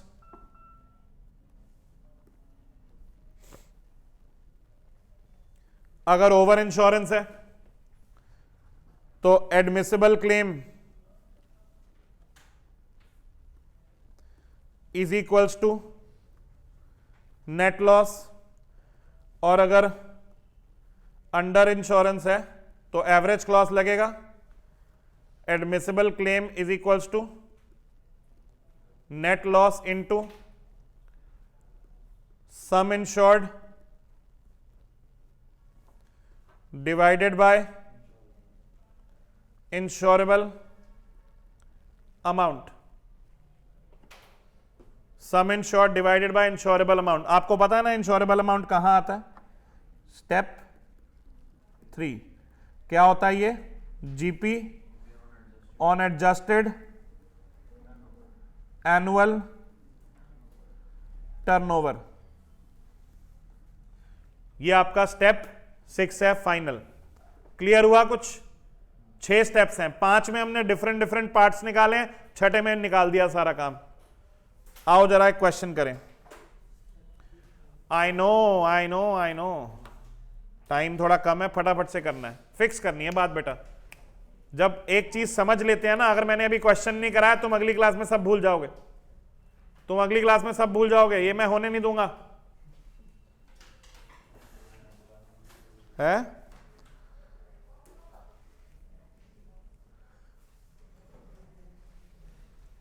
लिख लिया फटाफट?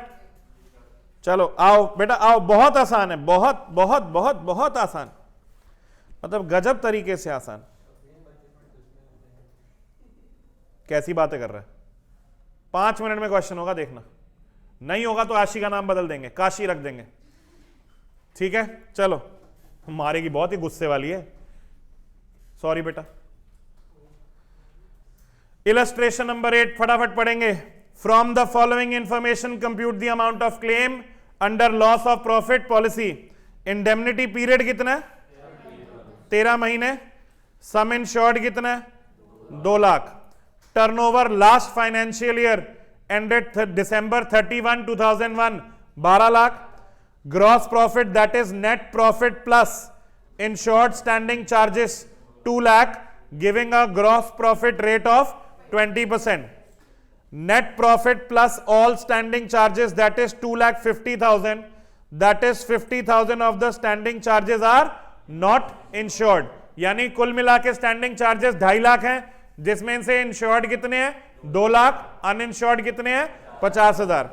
फिर fire occurs on 31st March 2002 and affects business for 6 months. Turnover for 12 months ended 31st March 2002 11,70,000, यानी पिछले 12 महीने का टर्नओवर दे रखा है। फिर turnover from 1st April 2001 to 30th September 2001 5 lakh. फिर 1st April 2002 से 30th September 2002 3 lakh. Reduction in turnover 2 lakh. ये ना प्रिंटिंग मिस्टेक है इसके अंदर, फायर की डेट अलग है और क्वेश्चन में जो डेट है वो अलग दे रखी है। ये fire occurs on 31st March 2002 ये जो लिखा हुआ है ना, ये गलत लिखा हुआ है, ये 30th September 2002 लिखा होना चाहिए। 1 मिनट रुक जाओ, मैं देखता हूँ। नहीं ठीक है, सॉरी, मैं अभी समझाता हूँ। ठीक है, सब ठीक है। हाँ जी, तो 1st April 2001 से 30th September 2001 और ये 1st April 2002 से 30th September 2002 reduction in turnover आ गया। Sales amounting to ₹1,60,000 generated in 1 lakh in period 1st April 2002 to 30th September 2002 by incurring additional expenses of 30,000, saving in insured standing charges in the indemnity period 10,000। Guys सबसे पहले date पे ध्यान दे, आग कब लगी? 31st March 2002, ठीक है ना? अब यहां पे देखें 1 जनवरी 2002 से 31 दिसंबर 2002 की बात चल रही है। आग कब लगी? 31 मार्च 2002। तो पीरियड ऑफ डिसलोकेशन ये आग लगा देते हैं। कब से शुरू हो जाएगा? नेक्स्ट डे से 1 अप्रैल 2002 तक। और इंडेमनिटी पीरियड हमने इंश्योरेंस ले रखी है 13 महीने की, लेकिन एक्चुअल हमें परेशानी हुई है 6 महीने। तो इंडेमनिटी पीरियड कौन सा लेना है? 6 महीने लेंगे। तो 6 महीने यानी कहां तक चलेंगे? 30 सितंबर 2002। ये बात समझ में आ रही है? ये मेरा क्या आ गया?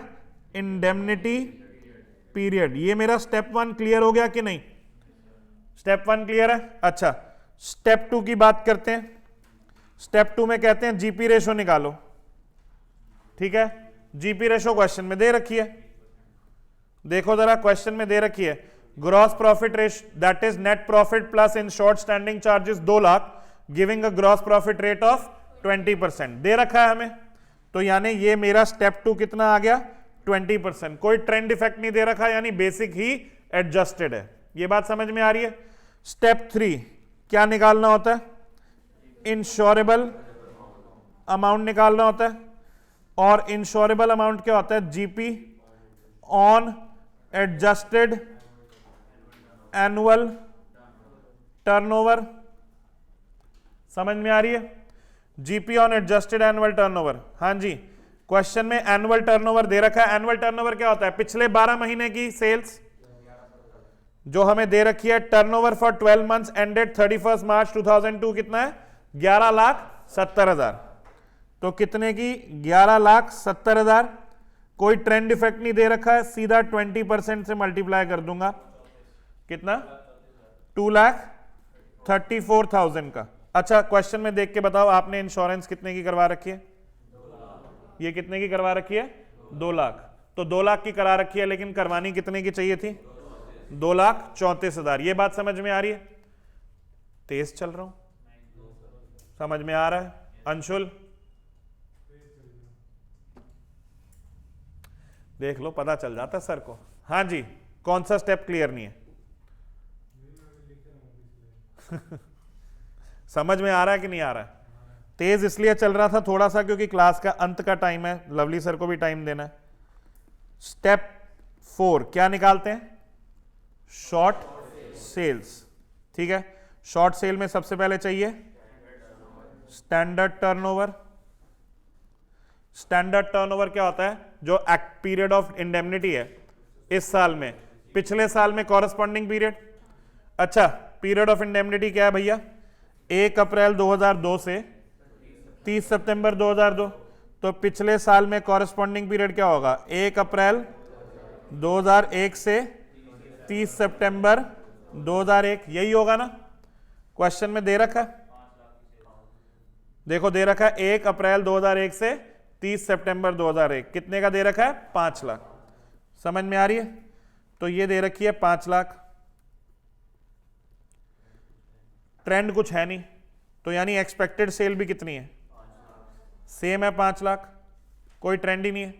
Minus actual sale 3 lakh. तो शॉर्ट सेल्स कितनी हो गई?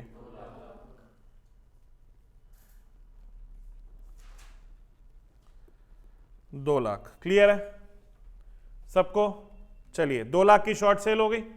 अब स्टेप 5 क्या है? एडिशनल अलावेबल एक्सपेंसेस, है ना? एडिशनल अलावेबल एक्सपेंसेस में नंबर 1 क्या होता है? लीस्ट ऑफ द फॉलोइंग में एक्चुअल एक्सपेंसेस। एक्चुअल एक्सपेंसेस देखो यहां पे लिखा है sales amounting to 1,60,000 generated in period 1/4/2002 to 30th September 2002 by incurring additional expenses of 30,000। ये कह रहे हैं कि ये जो 3 लाख की सेल हुई है, इसमें से 1 लाख रुपए की 1,60,000 रुपए की जो सेल है वो इस वजह से हुई है कि हमने 30,000 एक्स्ट्रा खर्चे। तो हमारे एडिशनल एक्सपेंसेस कितने हैं? 30,000। अच्छा, सेकंड स्टेप क्या होता है? जितनी सेल इन खर्चों के वजह से हुई है उनका जीपी कितना हो जाएगा? 32,000। और तीसरा होता है प्रोपोर्शनेट एक्सपेंसेस। प्रोपोर्शनेट कैसे निकालते हो? Actual expenses into step number 3 वाला 2,34,000 इंश्योरेबल अमाउंट, यानी 2,34,000 divided by 2,34,000 plus uninsured standing charges 50,000 बताना जरा। 30,000 इंटू 234 डिवाइड बाय 284, बाकी भी बताओ, मुझे इस पे ज्यादा भरोसा नहीं है। 24,718। तो बेटा 30, 32 और 24,718 में सबसे कम क्या है? 24,718। मोमेंट ऑफ ट्रूथ लास्ट आ गया। अब लास्ट में क्या करना है? सबसे पहले क्या करना है? क्लेम निकालना है। तो पहले GP on short sales. Short sales कितनी है? तो 2 लाख पे 20% कितना हो गया? 40,000। फिर प्लस एडिशनल एक्सपेंसेस 24,718। फिर हमने कहा था माइनस कर देंगे सेविंग्स इन स्टैंडिंग चार्जेस। अगर कोई स्टैंडिंग चार्जेस में सेविंग होगी तो वो माइनस कर देंगे। क्वेश्चन में दे रखी है सेविंग कितने की दे रखी है? 10,000 रुपए की। तो 10,000 रुपए की savings in standing charges minus करनी है। 10,000 रुपए की saving in standing charges minus करके आएगा 54,718। क्या इतने का क्लेम मिल जाएगा?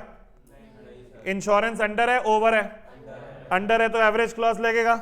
54,718 मल्टीप्लाइड बाय 2 लाख की इंश्योरेंस करवाई है, जबकि करवानी चाहिए थी 2,34,000 की।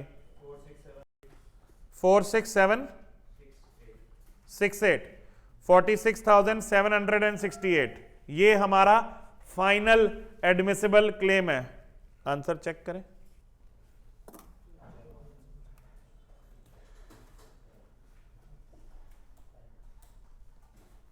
$46,768 सही है। दिक्कत लगी कुछ? मैं 5th स्टेप अभी सब बता देता हूं, क्लास में यहां ओवर कर रहा हूं। जिसको कोई डाउट है वो मेरे से पर्सनली पूछ ले, ठीक है? और होमवर्क क्या है? एक और होमवर्क है। एक तो क्वेश्चन नंबर 6 होमवर्क है, एक ये पूरा स्टेप्स 6 के 6 याद करके समझ के आने हैं और ये क्वेश्चन दोबारा करके आना।